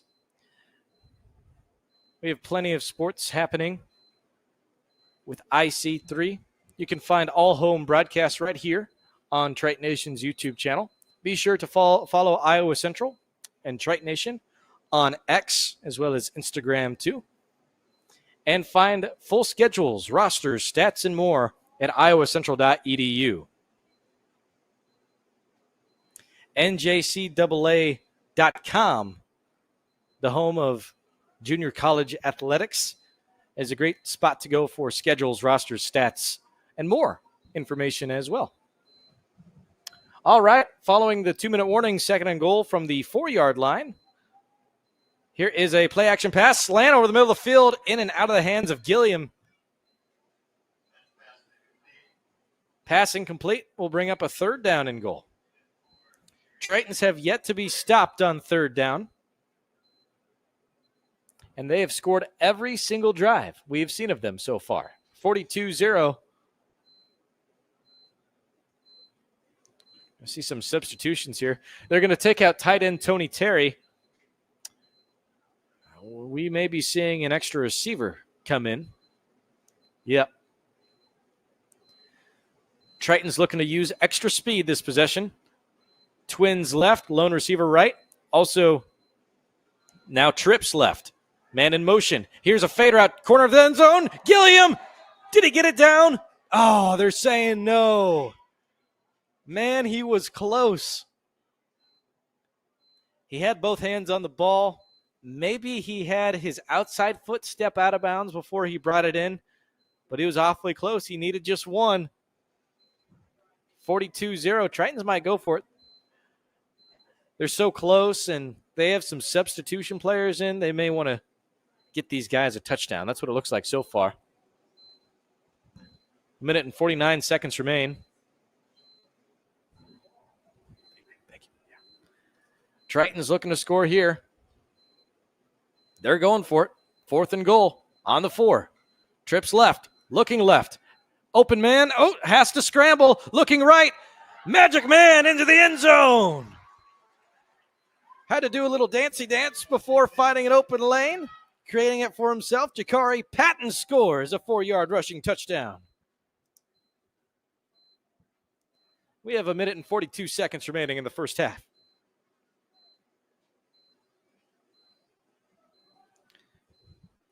That is the 4th quarterback to score today for the Iowa Central Tritons. Loaded up with talent. And again, Anderson Trejo will go out to take the PAT. And it'll be held down by Ty Purdy. The kick is up, and it is good. 49-0. We'll go ahead and take another break. We're going to close out the first half coming up in just a little bit. We'll send it to 30 seconds, and we'll be right back on the Triton Nation Sports Network.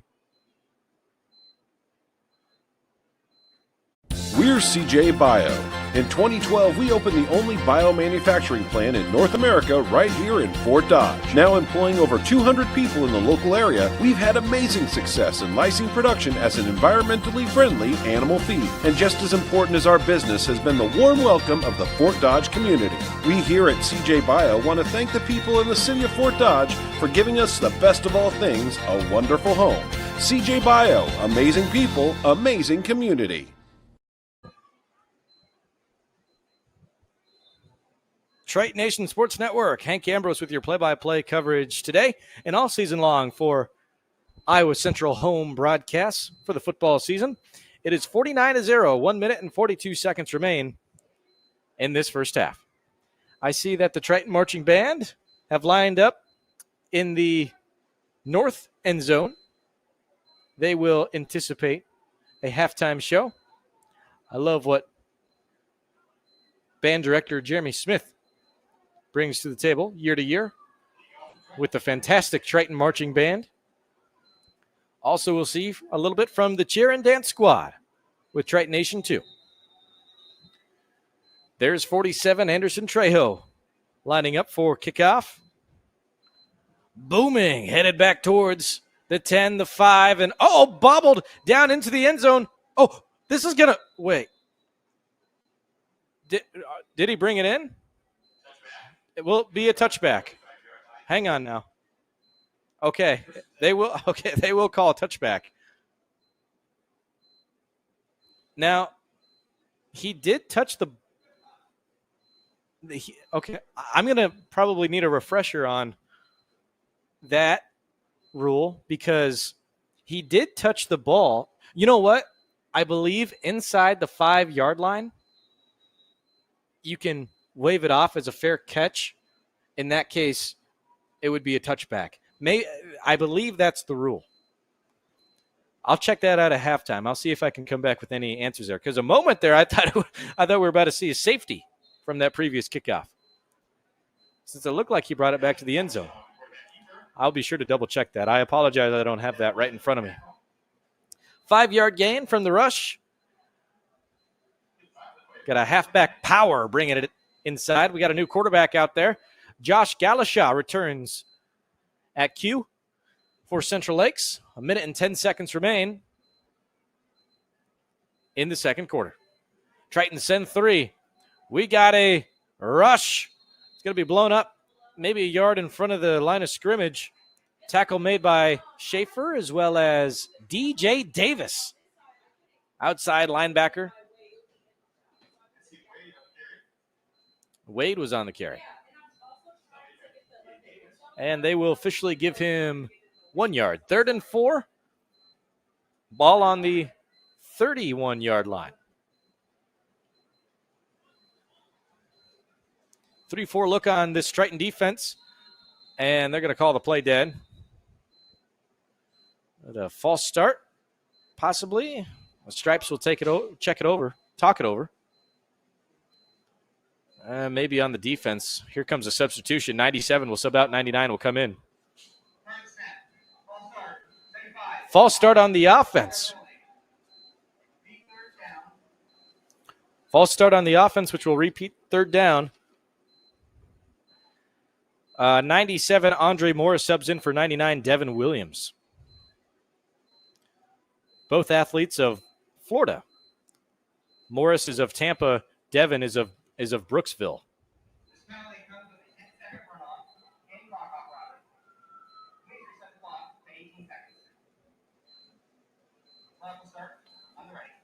And the officials say to restart the clock at 18 seconds remaining in this half.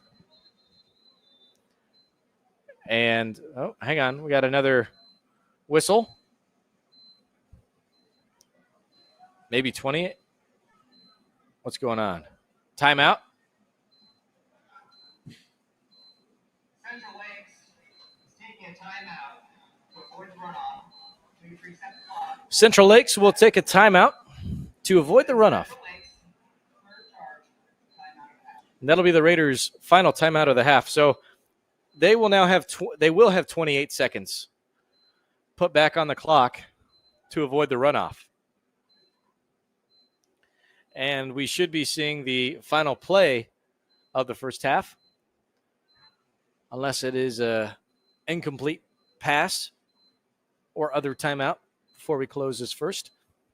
Again, coming up in the halftime show, we will take a break to watch the Triton Marching Band, and then I will be back on the headset to talk to you about the ICCAC as well as the KJCCC.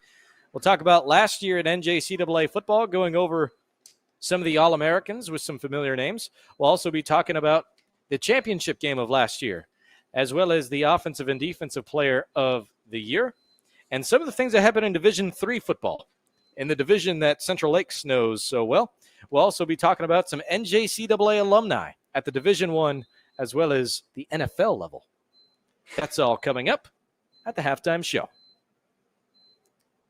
Third long. Swing pass left. Hauled in and caught by 18. Kiarius Jacobs. It'll be 4th and 7, and they can wind it out. Let's see, maybe they'll take it. 7 seconds remain. Will they snap it? Down to 3. 2, 1, 0. They do not. Halftime score, 49-0. Tritons with a dominating first half appearance in Fort Dodge. We're going to see some more players come out into the second half. You can anticipate them as well. We are going to go ahead and watch the Triton Marching Band perform a little bit of their halftime show. And I think you're going to be able to see a little bit of the dance and cheer squad as well. We're going to be taking a break for right now. At least I will be, but I'll join you with a few minutes to go in the halftime show with about 15 minutes remaining in the half. In the meantime, we'll send it out to the field right here on the Triton Nation Sports Network.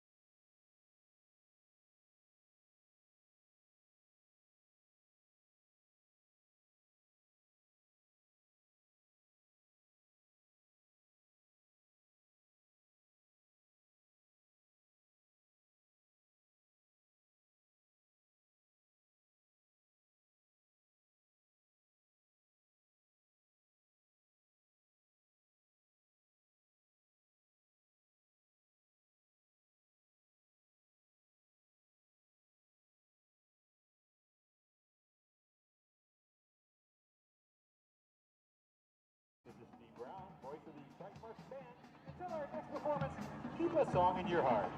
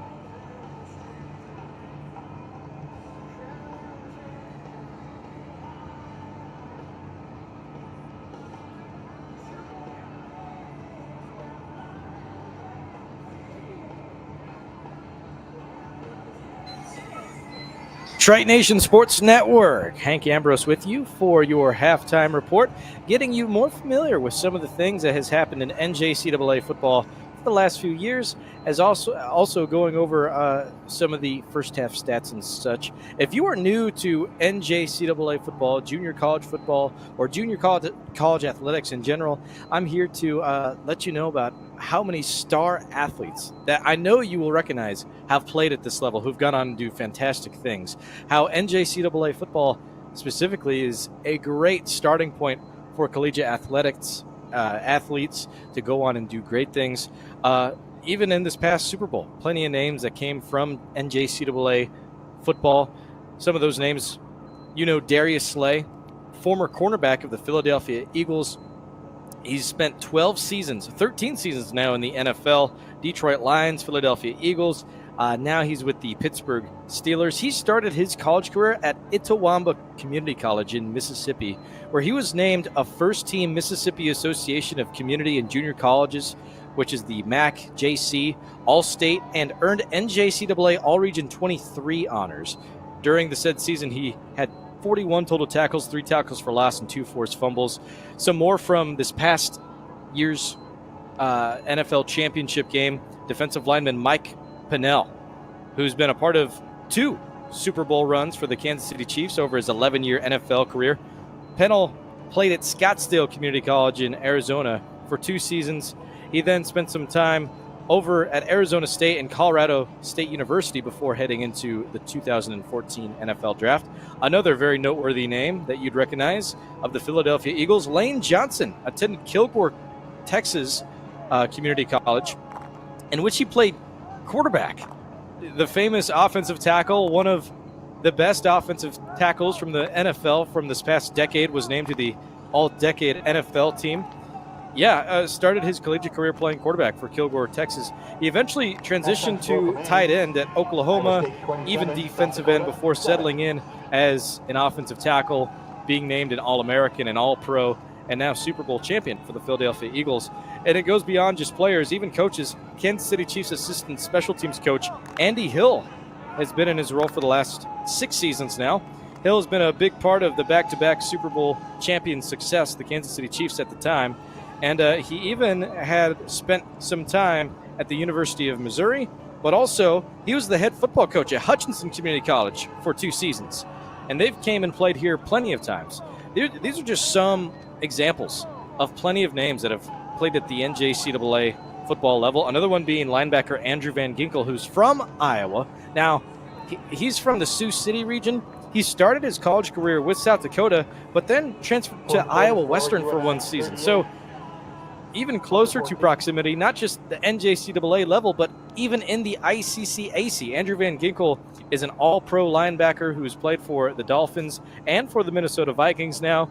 Another Pro Bowler who has spent time in the NJCAA is Kadarrell Hodge. Kadarrell Hodge you may recognize with the Atlanta Falcons. He spent 1 season for Hines Community College. And in more recent memory, at the Division I level, one of the best players in college football for the Iowa Hawkeyes, Caden Wetjen, is a former Iowa Western player, former Iowa Western star. From this past year, Wetjen was named a semifinalist for the Burlsworth Trophy, which is awarded to the most outstanding FBS football player who began his career as a walk-on, in which Wetjen was just that. Another name that you likely will recognize because he's been named now to the Davey O'Brien Award watch list and has made headlines from this past season. Diego Pavia. Triton fans may recognize that name specifically because Diego Pavia, he played at New Mexico Military College, and now he's the starting quarterback and has been for the last 2 seasons at Vanderbilt football. In fact, when he was at New Mexico Military, he played against Iowa Central Community College and lost to Iowa Western in the national championship, the National Junior College Athletic Championship in 2021. And what's even more fun is he actually played in the Game 1 Bowl. At that time, it was known as its previous name, the Graphic Edge Bowl. And that bowl game was the only one to ever be played in Fort Dodge because it was the year coming out of COVID. If you may recall from that 2021 season, the Game 1 Bowl was played in Fort Dodge as opposed to the Unidome. And Iowa Central took on New Mexico Military Institute in that matchup. And the Tritons beat Pavia and New Mexico Military Institute 23-21 in that matchup. So I find that really cool. One of the more notable things that Pavia has done at his Division I, during his Division I career, is last season he upset what was a top 10 ranked Alabama team. Vanderbilt versus Alabama, that was last year. So just another example, and there's so many. Now I'm just going over football. There's so many different examples in all sports of former NJCAA athletes to go on and play at the NCAA level, making it to the pros in their different sports. It's just a great association, a great league to keep up to date with at all teams, all conferences, because more than likely you're going to see some of these guys move to the next level. Iowa Central just had an NFL draft pick who is a former cornerback from one of these past few seasons, Bayal Kone, one of my favorite defensive backs that I've ever got to interview and work with. He spent 2 seasons with the Iowa Central Tritons. He was ICC, AC, all-conference player. He ended up being drafted, I believe it was the 6th round, to the Baltimore Ravens. And I know that he ended up getting injured in his first preseason game of this season, so we wish him a well and speedy recovery. Kone, again, one of my favorites. And I know Major Williams, who played with Kone that same Triton season. Major was a star athlete as well for the Iowa Central Tritons. He's currently with the Kansas City Chiefs practice squad. So even with Central Tritons, there's been plenty of professional talent. We are really close to kickoff in this second half here. I'm going to be talking to you about what happened throughout the third and fourth quarter from this past season of NJCAA football. We'll be going over some of the players of the year as well as the All-American teams. We'll be talking about the national championship game at the NJCAA level and also the play-in schedule that Iowa Central is a part of with the KJCCC, the Kansas Jayhawk Community College Conference. But it looks like the Tritons are ready to kick off. It is 49. If you just joined us, I'm Hank Ambrose, our play-by-play coverage today. If you missed how we got here, the first score, a 13-yard receiving touchdown, scored by Jacob Kanya. It was thrown by Tyler Smith. We also saw a 1-yard rushing touchdown from C.J. Phillip, a 21-yard receiving touchdown from Kamari Williams, as well as a 71-yard receiving touchdown made by Kamari Williams. We saw Malik Johnson with the Tritons get an interception in the first quarter of this contest. We saw a 3-yard receiving touchdown from Kanye from backup quarterback Creasy, DeMarcus Creasy, a 2-yard rushing touchdown from C.J. Phillip, which happened in the second quarter. And also, Jakari Patton had a 4-yard touchdown. All of those scores is what put 7 touchdowns on the board, making it 49-0, and Anderson Trejo nailing every single point after attempt. Kickoff is touched back, and now we see the Raiders take the for the first time the second half. Offensive line got a 4-3 look to begin this second half, and we got a flag to get things started.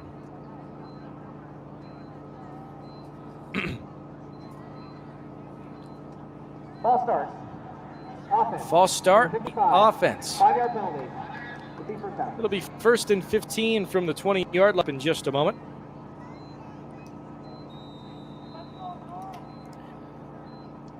I see some substitution players on the field for Iowa Central. Looks like primarily substitution players. If there's any starters I see out on the field, I do not believe so. Some of those backups include Josiah Mason, Andre Morris, Devin Williams. I believe I see Noah Baptani Riak, Mason Chandler, Christian Barney. I see Mike Lane out there. I also see Ahmad Grayer out. 42. Be a new number. Checking in for the first time today to start the second half is Karsten Bernholtz of Ankeny, Iowa. He's wearing the 42. He just got the tackle there, wrapping him up. Eggs. Also in at the tackle would be the number 21, who's also a new face. That'd be Micah Crocht of Marquesian, Wisconsin. Got a 2nd and long, no gain on the play. 2nd and 15 from the 20-yard line coming up.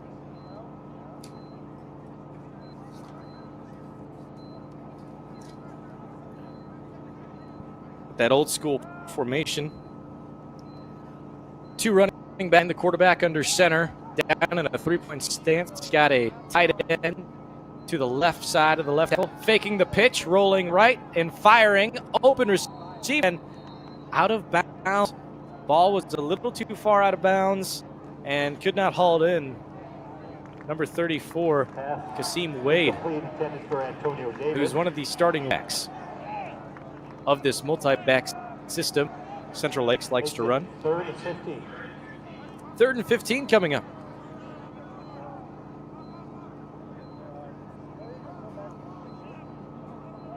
We have not seen a single first down today from Central Lakes. That's how phenomenal this defense has been. Even the sub players. Nice edge rush coming in hot. And a tackle is going to be made. Tackle made by Mike Lane. Pass is complete. Jamari Powell. That was textbook there. Didn't need to do anything fancy. Didn't need to go with a big power play, force a fumble or nothing like that. Just bring him down behind the line of scrimmage, and he did just that. No gain on the play again. It's 4th and 16. Ball on the 19-yard line. They'll send their punter out there, Mario Vargas. And a new punt returner takes the field for Iowa Central. It's the number 21, Chandler. Marcellus Chandler's back deep to return for Iowa Central. He's of Vallejo, California. The punt is not up. It's going to be picked up by the Tritons. Here comes a special teams touchdown made by the number 16. Jaden Turner of North Chicago, Illinois, has a special teams touchdown. Block punt return in for 6.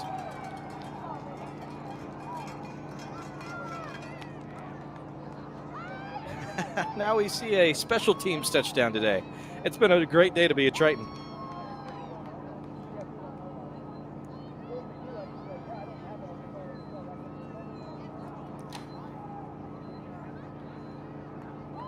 And just like that, Trejo comes up to take another PAT. Oh. Timeout. Central Lakes. Got a timeout. That is their first charge. Timeout and a half. Central Lakes is going to take a timeout. I think we should take it with them. We have more football coming up. We're going to see the Triton defense come out in just a little bit again as well. Stay with us. You're watching NJCAA football right here on the Triton Nation Sports Network. We're CJ Bio. In 2012, we opened the only biomanufacturing plant in North America right here in Fort Dodge. Now employing over 200 people in the local area, we've had amazing success in lysine production as an environmentally friendly animal feed. And just as important as our business has been the warm welcome of the Fort Dodge community. We here at CJ Bio want to thank the people in the city of Fort Dodge for giving us the best of all things, a wonderful home. CJ Bio, amazing people, amazing community.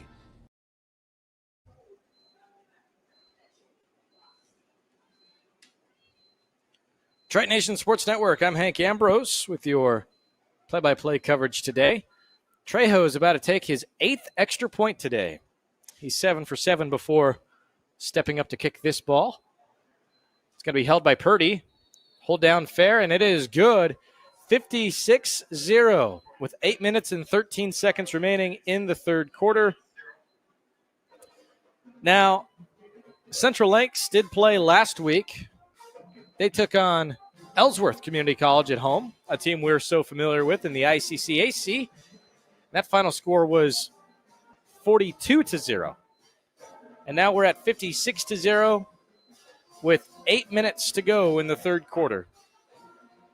I'd like to thank some more of our wonderful sponsors of the broadcast today and the rest of the season. Citizens Community Credit Union, Beiser Lumber Company, Avela Bank, Bemrick Electric, Calvert & Johnson Insurance, CJ Bio, CNOS, Gunderson Funeral and Cremation Care, Jensen Builders, Mark's Auto Mart, Rash Construction, and Jaden Electric. Also, shout out to the Iowa Central Triton Marching Band, conducted by Jeremy Smith. They put together some really good songs today. I heard APT by Rose, as well as Chapel Roan's Hot to Go, and a few other modern pop tracks. Nice kick from Trejo, sending it down to the 7-yard line. And the return is running sideways, looking to track him down. They do near the 10-yard line. Tritons swarm them down. It's been that way all day for Central Lakes. Ja'Cory Love is the one who got there first.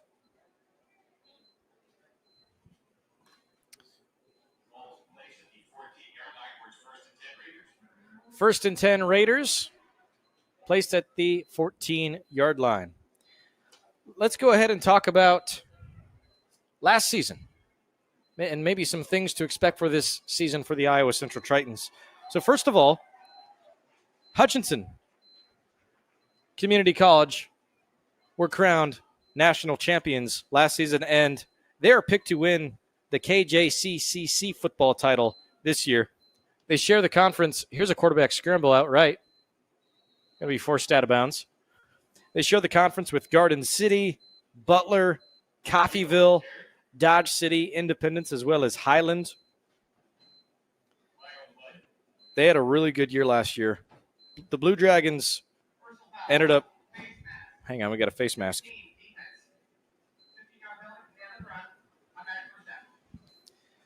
Got a face mask. It's going to go in favor of the Raiders. As I was saying, Hutchinson had a really good year last year. They were crowned national champions, and they shared the regular season KJCCC title last year with Butler and Coffeyville after posting a 5-1 mark in conference play as part of an 11-1 overall campaign that led to their second national title under 6-year head coach Drew Dallas. The Blue Dragons received 42 points along with 6 of the 7 first-place votes in this year's poll of the preseason conference expectations. Following Hutchinson and picked to finish second was Garden City after receiving 36 points, and the lone remaining first-place vote as the Broncbusters once again edged out Butler, who was picked third with 31 points. Garden City Community College, here's a throw downfield, looking at it, and nearly picked off by the number 22 of Iowa Central. Nice defense made by Jacob Poulos of Shakopee, Minnesota. As I said, Garden City looks to get back to their winning ways under second-year head coach Kiyoshi Harris, with the last winning season for the Broncbusters coming in 2021 when Garden City fell in the KJCCC title game to Hutchinson before winning the Scooters Coffee Bowl over Navarro. Butler, meanwhile, will look to build off last year's co-conference crown, in which 26th conference title in program history under first-year head coach Kyle Woodall, after seeing former head coach Bryce Vinerny resign in March to pursue other career opportunities. The Kansas Jayhawk Community College Conference is one of the hottest conferences in the nation, as well as the ICCAC. And the reason I bring them up today is because Iowa Central is in a schedule agreement in which they play all of the teams in the conference year to year. So it's always good to know what some of that competition may entail this year. I have heard many thinking another successful year for Hutchinson.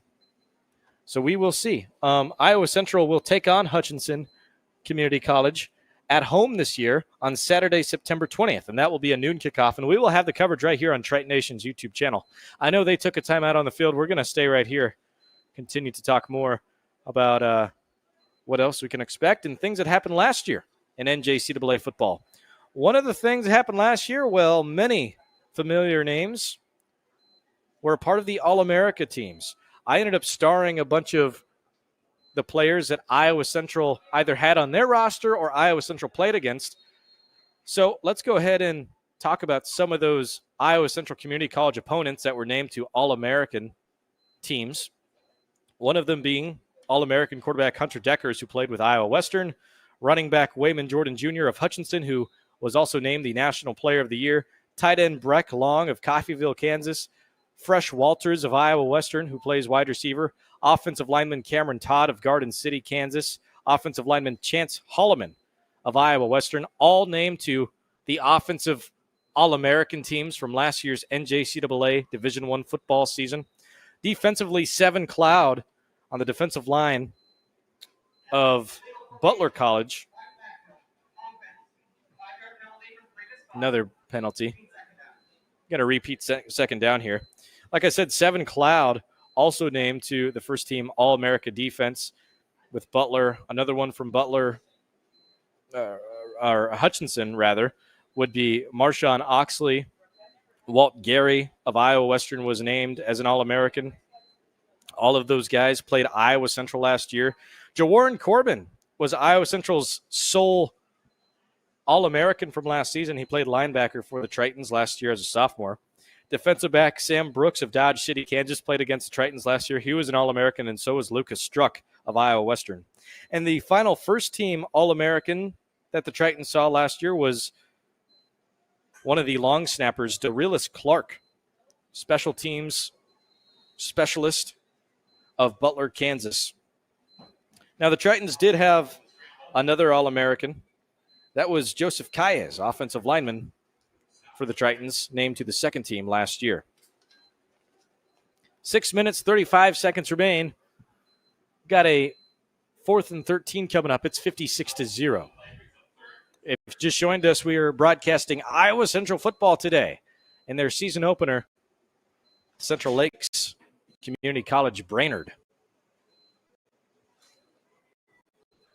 This is a Gen 3 football school who play in the same conference as North Dakota Community College of Science, who the Tritons saw last year in the Game 1 Bowl.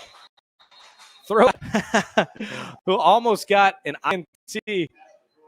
So close. Mike Lane almost picked it off, and if he did, he would have had a walk to the end zone with no one in front of him. Just a step in front of him would have been good to goal. Instead, that will cause a 4th down. 4th and 13 come up.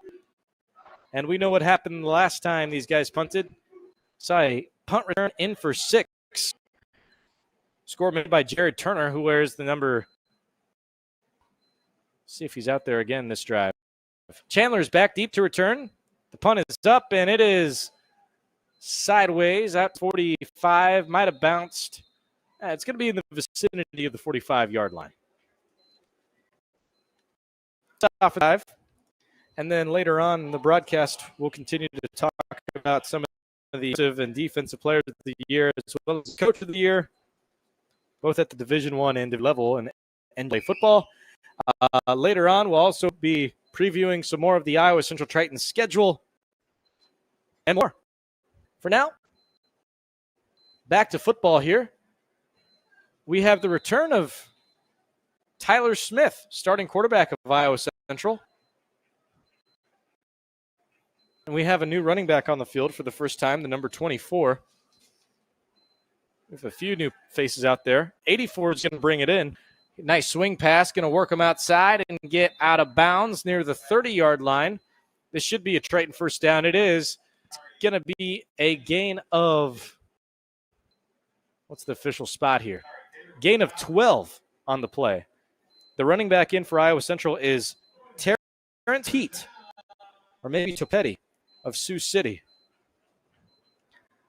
Need to ask running back coach Sean Simmons on the pronunciation of this new running back. From the gun, doubles left, got a tight end over the middle. Good defense in the right spot, unable to pick it off.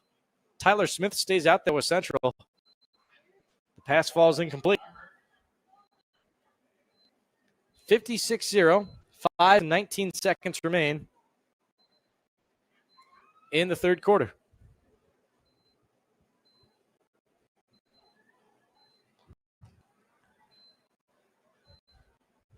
Showing the Cadillac here.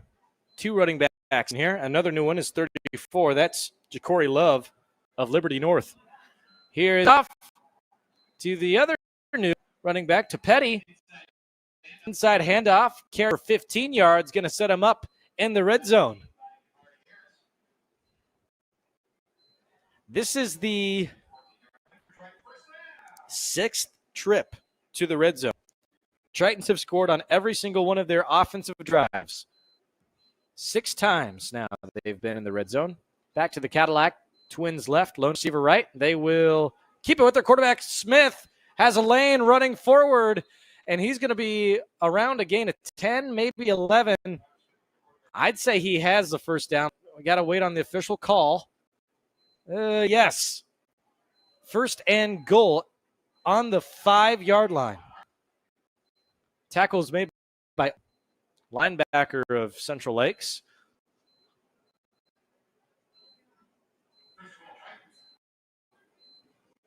First and goal for Iowa Central, looking to punch it in again. And inside zone, running the football, is the 2-4 Topetti, who scores. Topetti, the 5-yard rushing touchdown. That's the second touchdown of the second half for Iowa Central. And the first offensive, the first was a punt block return from Jared Turner. And again, Anderson Trejo takes a field. This is to go 9 for 9 on extra points. Ty Purdy is his holder. Keeps it down, up and in. 63-0, 4 minutes remain in the third quarter. And just like the guys on the field, we're going to take a 30-second break up in the booth. We'll be right back with more football coverage of NJCAA football right here on the Triton Nation Sports Network. For trusted work on your next project, choose Rash Construction, a third-generation family-owned company. Rash Construction has been proudly serving Fort Dodge and surrounding areas for 70 years. We specialize in excavation and grading, site utilities, site planning and development, and GPS grade control. From private and public projects to larger-scale commercial projects, we have the knowledge, experience, and technology to get the job done right. Rash Construction. Safety first, last, and always.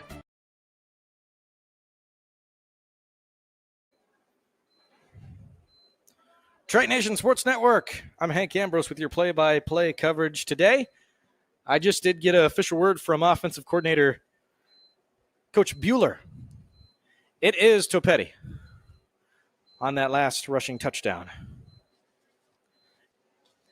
When you've seen the depth you've seen today, going back to the not just the 2 deep, the 3 deep, the 4 deep, the 5 deep, some of these names you gotta you gotta learn as you go. Really, it is Topetti, who I'd say is listed as the 3rd or 4th string running back heading into the roster today. Now, blown up tackle in the backfield near the 16-yard line. Still bringing them down hard in this third quarter at 63-0. 3 minutes and 55 seconds remain in the third quarter, and the Raiders take back the field on offense. More on last season and some more on the things to expect this season. Last season, Hutchinson's star running back, Wayman Jordan Jr., was named as the Offensive Player of the Year in Division I football. He was a sophomore last year and led the Blue Dragons to their first appearance in the title game since the 2021 football season. En route to a championship victory, the number 3 Blue Dragons defeated number 2 ranked Georgia Military 63-21 in the 2024 NJCAA Division I football semifinal, and then beat number 1 Iowa Western 28-23 to claim the title. Jordan Jr. ran for 1,612 yards, which was 134 rushing yards a game, and he also scored 20 touchdowns from last season. He finished the 2024 season first in the nation in yards per game, and touchdowns, while also finishing 4th in the nation in yards per rush with 7.4. Wayman Jordan Jr.'s performance earned him the JUCO Weekly Trophy, which is presented to the best JUCO player in America. He was fantastic last year. He ended up committing this season to Central Florida. You can find him as a UCF Golden Knight this year. They had a game yesterday, I do believe. One of my best friends is in Florida. Josh, listening in, formerly of Webster City, Iowa. He now calls himself a fan of UCF, so he got to see a little bit of that game. I know that contest was delayed. And also, Tyler's Darian White was named the Division I Football Defensive Player of the Year. He had a great year. The Apaches sophomore had an outstanding season, finishing with 124 tackles, 56 solo tackles, and almost another INT from number 18 this time, Noah Smith of Chicago, Illinois. As mentioned, Darian White had a great year last year. 56 total tackles, 68 tackle assists, 11 tackles per game, 6.5 sacks with 3 interceptions, and 1 pick six.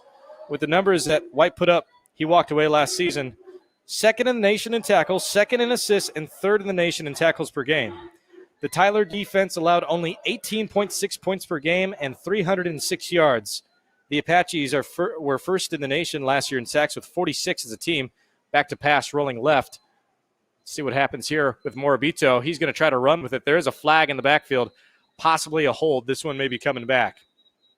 As I said, the Tyler defense last year led the nation in sacks with 46. They were 9th in the nation in defensive touchdowns with 3, and was 16th in the nation in interceptions with 10 total. And the star defensive player has committed to UTSA, University of Texas San Antonio, for this season. He's going to be with the Roadrunners. Expect those two guys to make big headlines this year in Division I football. And getting the Division I Coach of the Year award from last season was Hutchinson's second-year head coach at the time, now third year, Drew Dallas. He had a great season. Leading Hutchinson to claim the 2024 NJCAA Division I football championship. That game was played at West Texas A&M in Canyon, Texas, where the number 3 Blue Dragons beat Iowa Western, ranked at number 1, 28-23. And we're going to be seeing the defending national champions in Fort Dodge on Saturday, September 20th.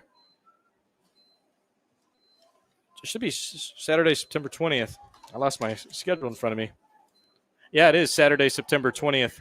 That broadcast will be on Triton Nation's YouTube channel, which I'll be on call for that contest. I can't wait for that one. Every single year, it's a really good matchup between Hutchinson and Iowa Central. And, you know, I know Iowa Central went 6-6 last year, and they had the Game 1 bowl victory, but every single game they were in was so close. One-score contests. Top-ranked teams in the nation. They're having a great start to their season today, putting up 63-0 with still 2 minutes to go in this third quarter. Here's a rush.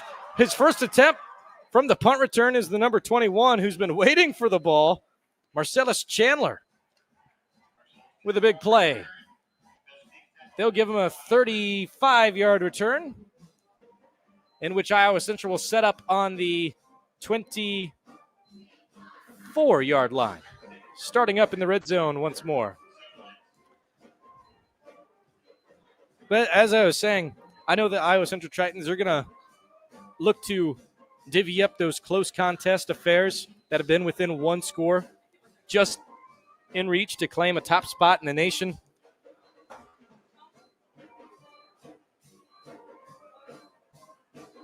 As you can tell from this game right here, another highly anticipated season, bringing back a lot of stars in the ICCAC. New quarterback taking the field for his fourth drive today, DeMarcus Creasy. Creasy had a rushing touchdown earlier, and I believe he threw, he did. He threw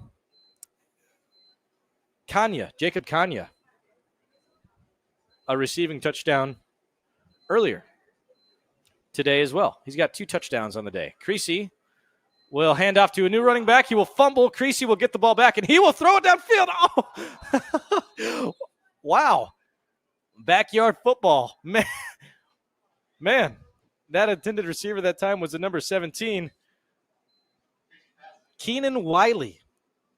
Wiley's of Charles City, Iowa.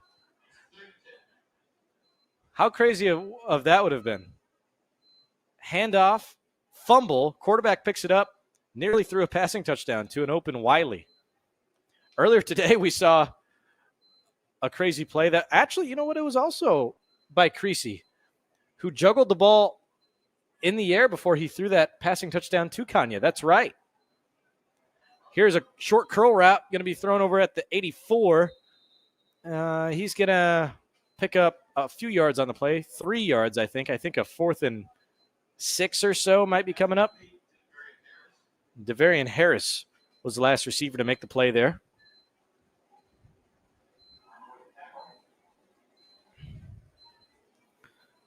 The Tritons are going for it.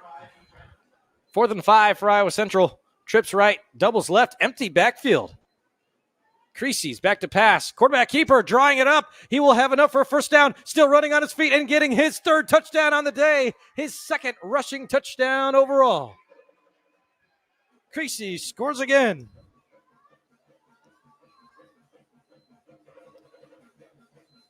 That will go in the books as a 19-yard rushing touchdown.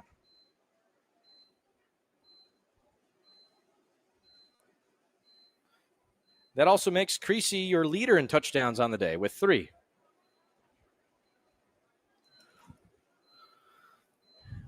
$69-0, the 10th touchdown and the 10th extra point about to be attempted by Anderson. He kicks it up, and it is good. Anderson Trejo is 100% on the day, 70-0. And we'll have another full quarter to go. Right after this, we'll take a 30-second break on the Triton Nation Sports Network. For trusted work on your next project, choose Rash Construction. A 3rd-generation family-owned company, Rash Construction has been proudly serving Fort Dodge and surrounding areas for 70 years. We specialize in excavation and grading, site utilities, site planning and development, and GPS grade control. From private and public projects to larger-scale commercial projects, we have the knowledge, experience, and technology to get the job done right. Rash Construction. Safety first, last, and always.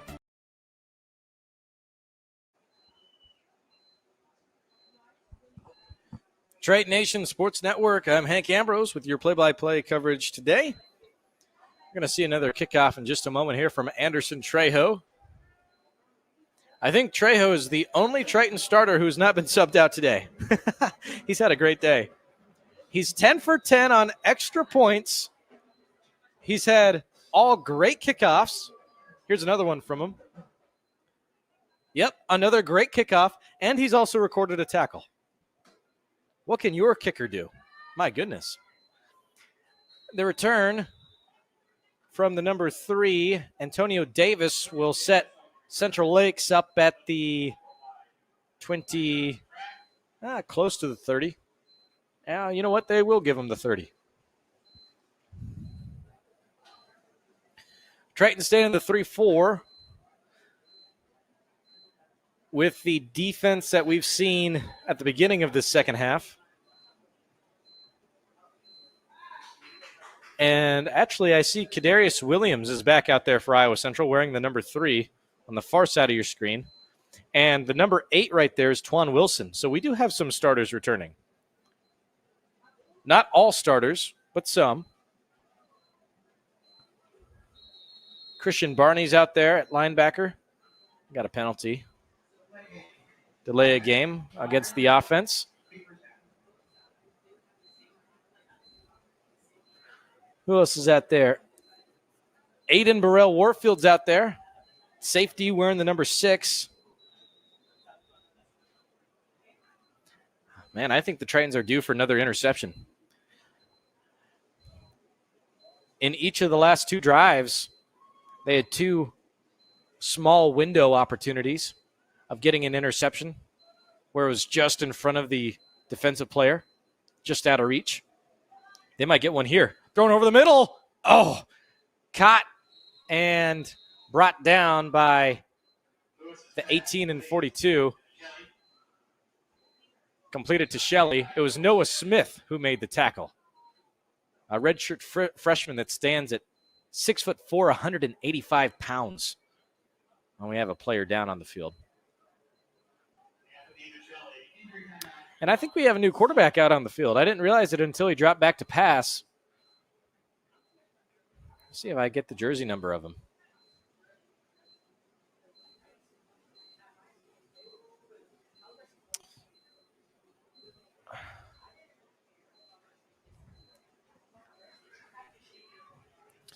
Well, the new quarterback on the field wears the number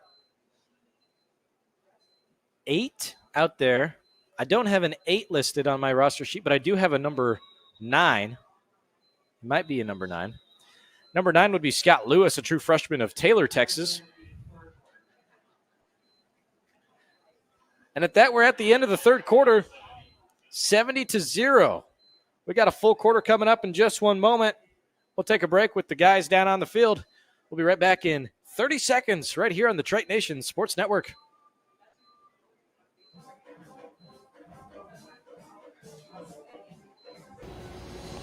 CNOS is proud to be your orthopedic and sports medicine providers. You can visit our clinic knowing you will receive the best orthopedic care in the area. Located at Unity Point, we offer quality care to address any bone or joint problems. We are committed to providing the best possible care to the communities we serve. CNOS, proud sponsors of the Iowa Central Tritons. Go Tritons!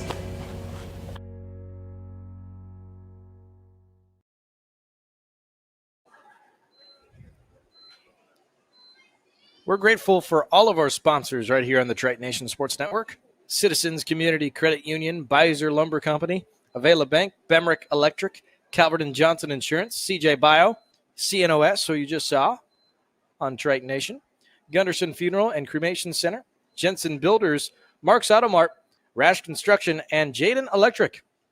Be sure to go back and watch previous live streams of Triton Athletics as well.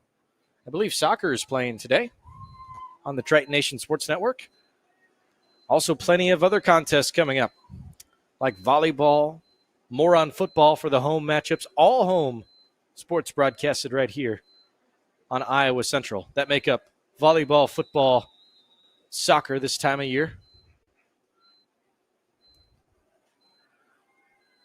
All right, here we go.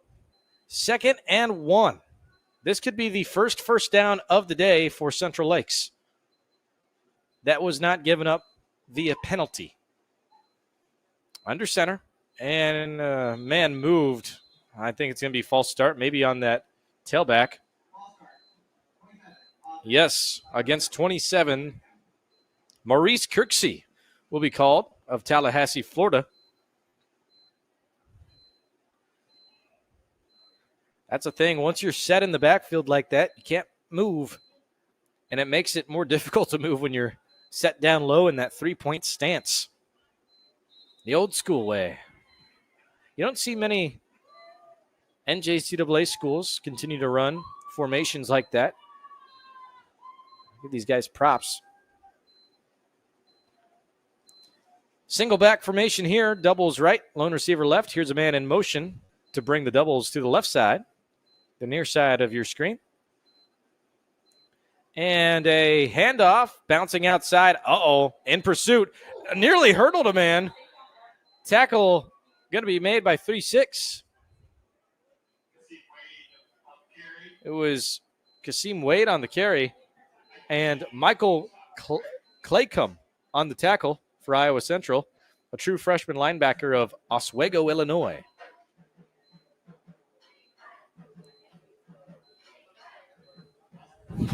Wow, that was sweet.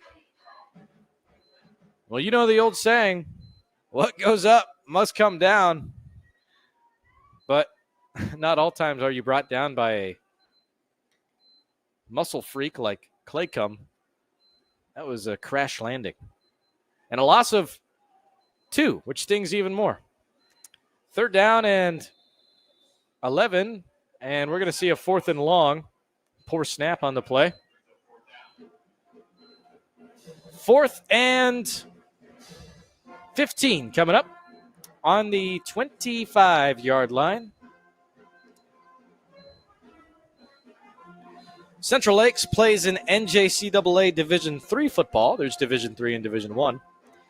And some familiar names that the Tritons played against last year were named as the offensive and defensive player of the year for Division III football last year. For instance, Justin Bland was named as the Division III Football Offensive Player of the Year. He played for College of DuPage. The Tritons beat them 35-30 last year in Fort Dodge. He had 173 completions, 2,934 yards, 36 touchdowns, and a pass efficiency rating of 196. The Tritons gave him one of their toughest battles. And also the Division III Defensive Player of the Year was an alumni now of the North Dakota State College of Science, in which the Tritons played in the Game 1 Bowl. That was Samuel Miller, who was a sophomore from Plafluger, Texas. Had a great year with the Wildcats, who finished 9-2 on the season. Not only that, he was really good, had a strong 4.0 GPA, in the top 5 all year long in Division III tackles. I guess the point at the end of it all that I'm getting to is the Iowa Central Tritons, they see a lot of top talent every single year. Whether it's from a full team standpoint or even individual players, you're going to get a lot out of NJCAA athletics. That was another first down for the Iowa Central Tritons. Number 32, as he knew it is, Drew Hanks, running back of Kansas City, Missouri. He's in now, just picked up that previous first down. Doubles to the right, inside zone. Nope, going to bounce it off. Bounce it outside to the right. Gain of maybe 2 or 3. Got a helmet that came off the field, flag thrown. I didn't see all what happened, but the number 61 on the Triton side is going to have to sit out a play since his helmet came off. Jose Benitez of Newton.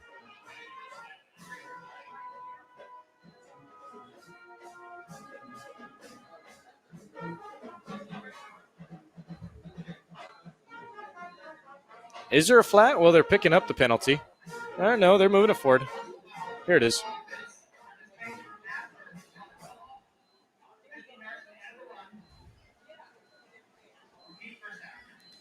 So Benitez is going to be called for the personal foul after his helmet was hit off by one of the defensive players. He got in trouble. You know what? It's late in the game. Some of those things happen, but got to limit those personal fouls. It's a good thing, we're early to the season, and it's 70-0. It's a 15-yard penalty the Tritons are going to have to eat. First and long. Handoff to Hanks, who will have a gain of 12 or 13 on the play. Looks like second down, and I'm going to wait for the official call on the field.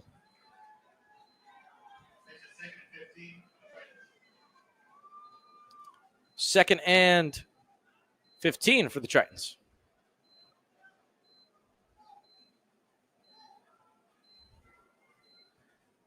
Tritons back to it. Handoff. Hanks with a shifty move. Still on his feet running. Going to pick up the first down. That's a 17-yard rush from Hanks. Woo! See that juke move? Came right away. Met with an opponent. Scurried right past him. The Tritons are deep at every position, but especially at running back.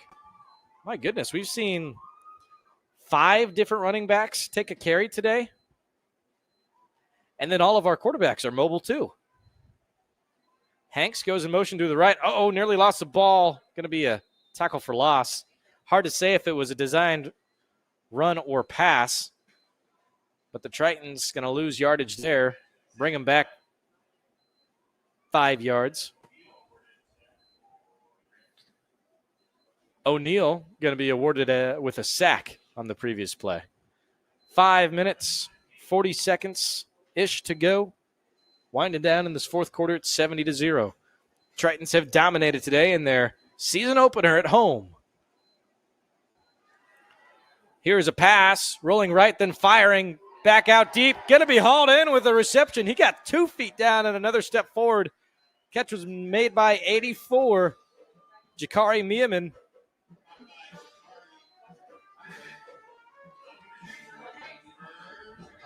Another Triton first down, make it 1st and goal on the 9-yard line on the opponent's side.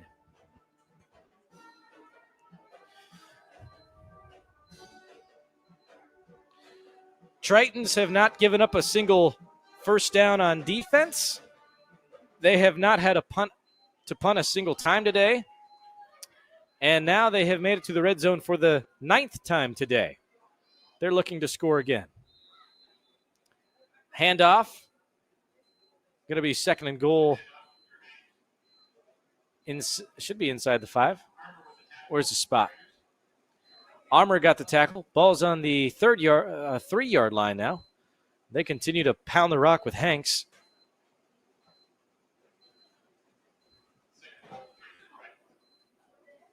.435, winding down this 4th quarter.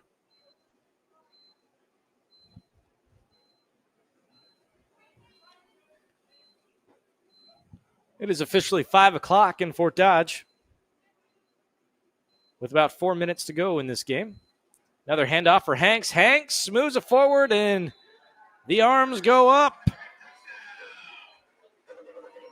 Drew Hanks scores from a 4-yard rushing touchdown.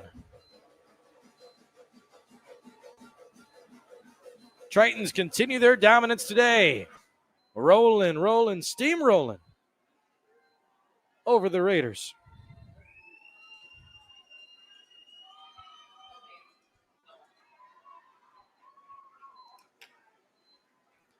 $76-0 to make it 77-0. Anderson Trejo kicks. It is good. 77-0, another score. Means another timeout for us in the broadcast booth. We'll take the time to thank our sponsors again. We'll be right back in 30 seconds right here on the Triton Nation Sports Network. CNOS is proud to be your orthopedic and sports medicine providers. You can visit our clinic knowing you will receive the best orthopedic care in the area. Located at Unity Point, we offer quality care to address any bone or joint problems. We are committed to providing the best possible care to the communities we serve. CNOS, proud sponsors of the Iowa Central Tritons. Go Tritons!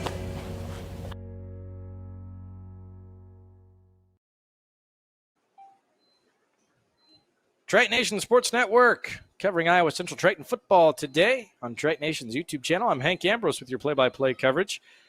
Taking a look at some of the things that have happened today in NCAA football. Number 3 Ohio State beat out number 1 Texas 14-7.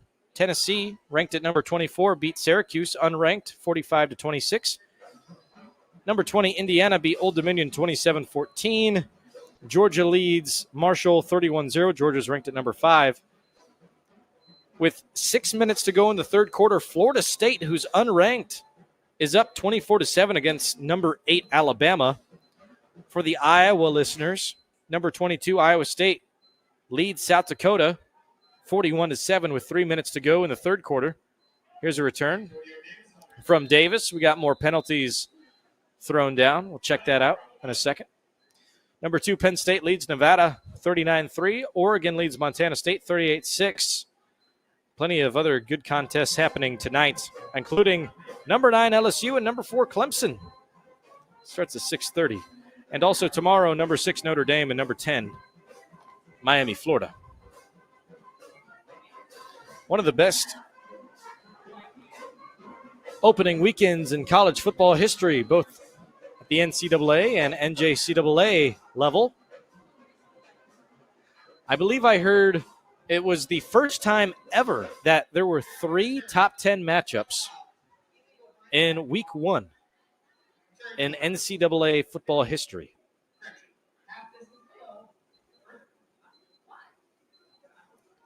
Penalty is against the return team. Half the distance to the goal will set them way back on their own 6-yard line. 1st and 10, 4:04 to go in the 4th quarter.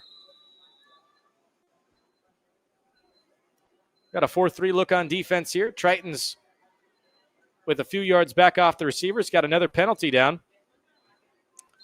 And I don't think it was pre-snap. It might have been right as the snap blew. We'll see.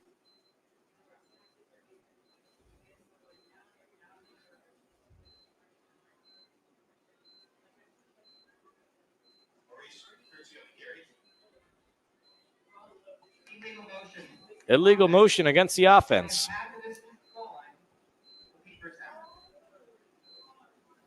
And that'll have them repeat first down.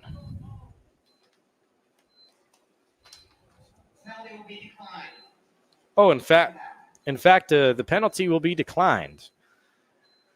So that'll keep it second down and 10 on the 6.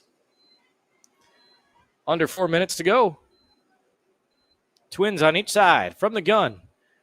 Quarterback keeper, read option. Oh, nearly saw a safety, but no. Still being brought back. Look at this gang tackle from Iowa Central. It's going to be down, I think, inside the 4. This should be a loss of 2 at the very least. Nearly got the safety, was the edge rusher from Iowa Central. Just out of reach. They're going to credit Jake Turner officially with the tackle for Iowa Central. And they'll give him just a loss of 1. 3rd and 11 on the 5-yard line. Another new quarterback takes the field. It's Alexander Morabito. Once more. Twins on each side. In the gun. 3-4 look on defense. Looking for the pass. It's coming. Short curl route is going to be caught and brought in for a gain of 4, maybe 5. 4th and, mid-range, about manageable. 4th and 5 coming up. 2:35 remains in this game. It's 77-0. And Central Lakes will punt.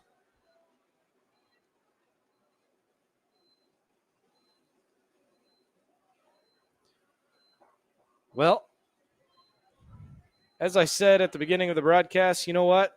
Iowa Central, they're ready to go. When I talked with Coach Clegg at practice on Thursday, they said, man, we are ready to hit somebody. And they made that statement most certainly true today, putting up 77-0, not punting once, being 100% in the red zone today, and not allowing a single first down on defense. And that is the 2-minute timeout. Let's keep it right here. I'd like to thank our wonderful sponsors of the broadcast at least one more time. Thank you so much to Citizens Community Credit Union, Beiser Lumber Company, Avela Bank, Bemrick Electric, Calvert and Johnson Insurance, CJ Bio, CNOS, Gunderson Funeral and Cremation Care, Jensen Builders, Mark's Auto Mart, Rash Construction, and Jaden Electric. And your Iowa Central Triton schedule coming up this season following the victory today. The Tritons will be at Highland Community College on September 13th. There will be no matchup next week on the 6th. On September 20th, they'll be home versus Hutchinson Community College. We'll bring you that action right here on Triton Nation's YouTube channel. That kickoff will be at noon. September 27th, they'll be at Iowa Western Community College. Big-time conference play in the ICCAC. Iowa Western close the season with a sour note, losing in the national championship game. They're going to want to be ready for this Iowa Central unit that put on 77 points against Central Lakes today. The ICCAC is going to be really fun to watch this season. I think Ellsworth is going to have another leap forward this season. It may be one of the most competitive seasons we've seen all year of ICCAC football. And unfortunately, both of those games will be on the road for the Tritons, so Triton Nation will not be covering it. Another new running back, 25, comes on to the field. That is Brock Natras of Lytton, Iowa. He played football over at South Central Calhoun, which is a somewhat area school for the local broadcasters. I've called him in football and baseball in high school. He had a brother who is very talented as well, the Natras boys. Good to see a local athlete take the field in a Triton uniform, take a carry late in the fourth quarter. More on the Triton schedule this year. We've covered all throughout September and October. On October 4th, they'll be home against Dodge City Community College for a noon kickoff. We'll cover that contest. And then they'll have a 3-week road trip.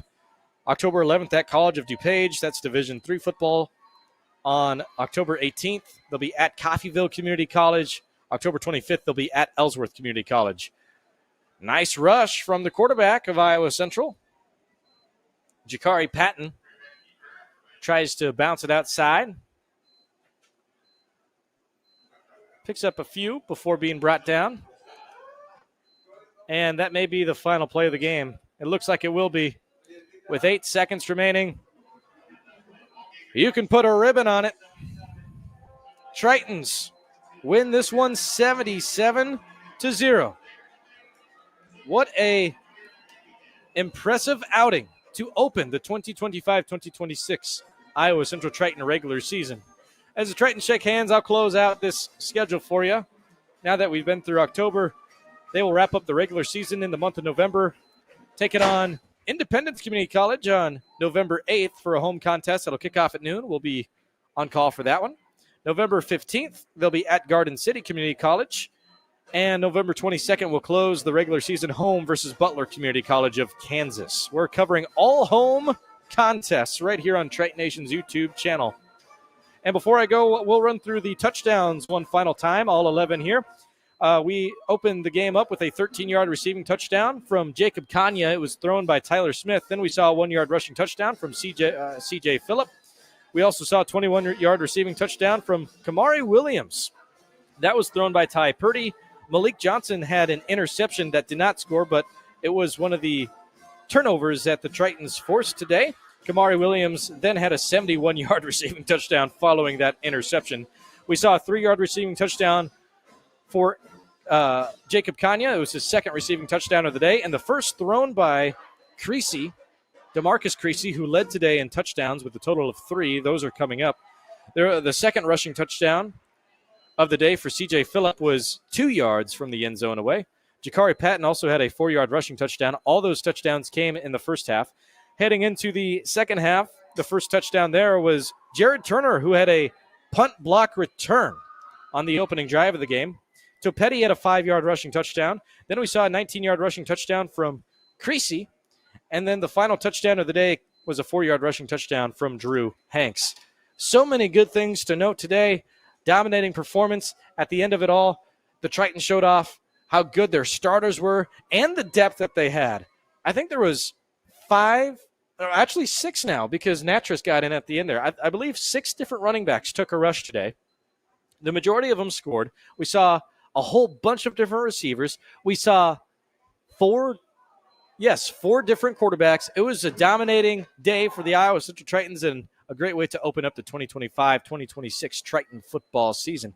Before I go, I'd like to thank all of the crew for putting this together, the video crew, as well as all of our wonderful sponsors: Citizens Community Credit Union, Beiser Lumber Company, Avela Bank, Bemrick Electric, Calvert & Johnson Insurance, CJ Bio, CNOS, Gunderson Funeral and Cremation Care, Jensen Builders, Mark's Auto Mart, Rash Construction, as well as Jaden Electric. Big shout out to the Iowa Central Triton Marching Band, the dance crew, the cheerleaders, all the fans that came out in support, and everyone else behind the scenes to make this game happen today. We will see you again on Saturday, September 20th. Home, taking on Hutchinson Community College, will be the Iowa Central Tritons, and we'll have that broadcast right here on Triton Nation's YouTube channel. Thank you so much for tuning in to the broadcast. Till next time, this is Hank Ambrose signing off for the Triton Nation Sports Network.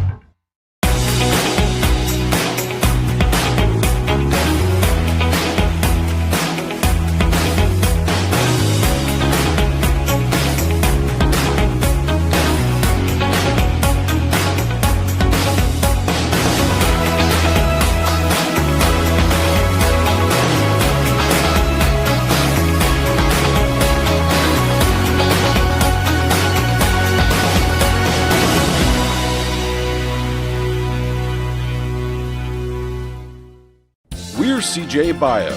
In 2012, we opened the only biomanufacturing plant in North America right here in Fort Dodge. Now employing over 200 people in the local area, we've had amazing success in lysine production as an environmentally friendly animal feed. And just as important as our business has been the warm welcome of the Fort Dodge community. We here at CJ Bio want to thank the people in the city of Fort Dodge for giving us the best of all things, a wonderful home. CJ Bio, amazing people, amazing community. CNOS is proud to be your orthopedic and sports medicine providers. You can visit our clinic knowing you will receive the best orthopedic care in the area. Located at Unity Point, we offer quality care to address any bone or joint problems. We are committed to providing the best possible care to the communities we serve. CNOS, proud sponsors of the Iowa Central Tritons. Go Tritons!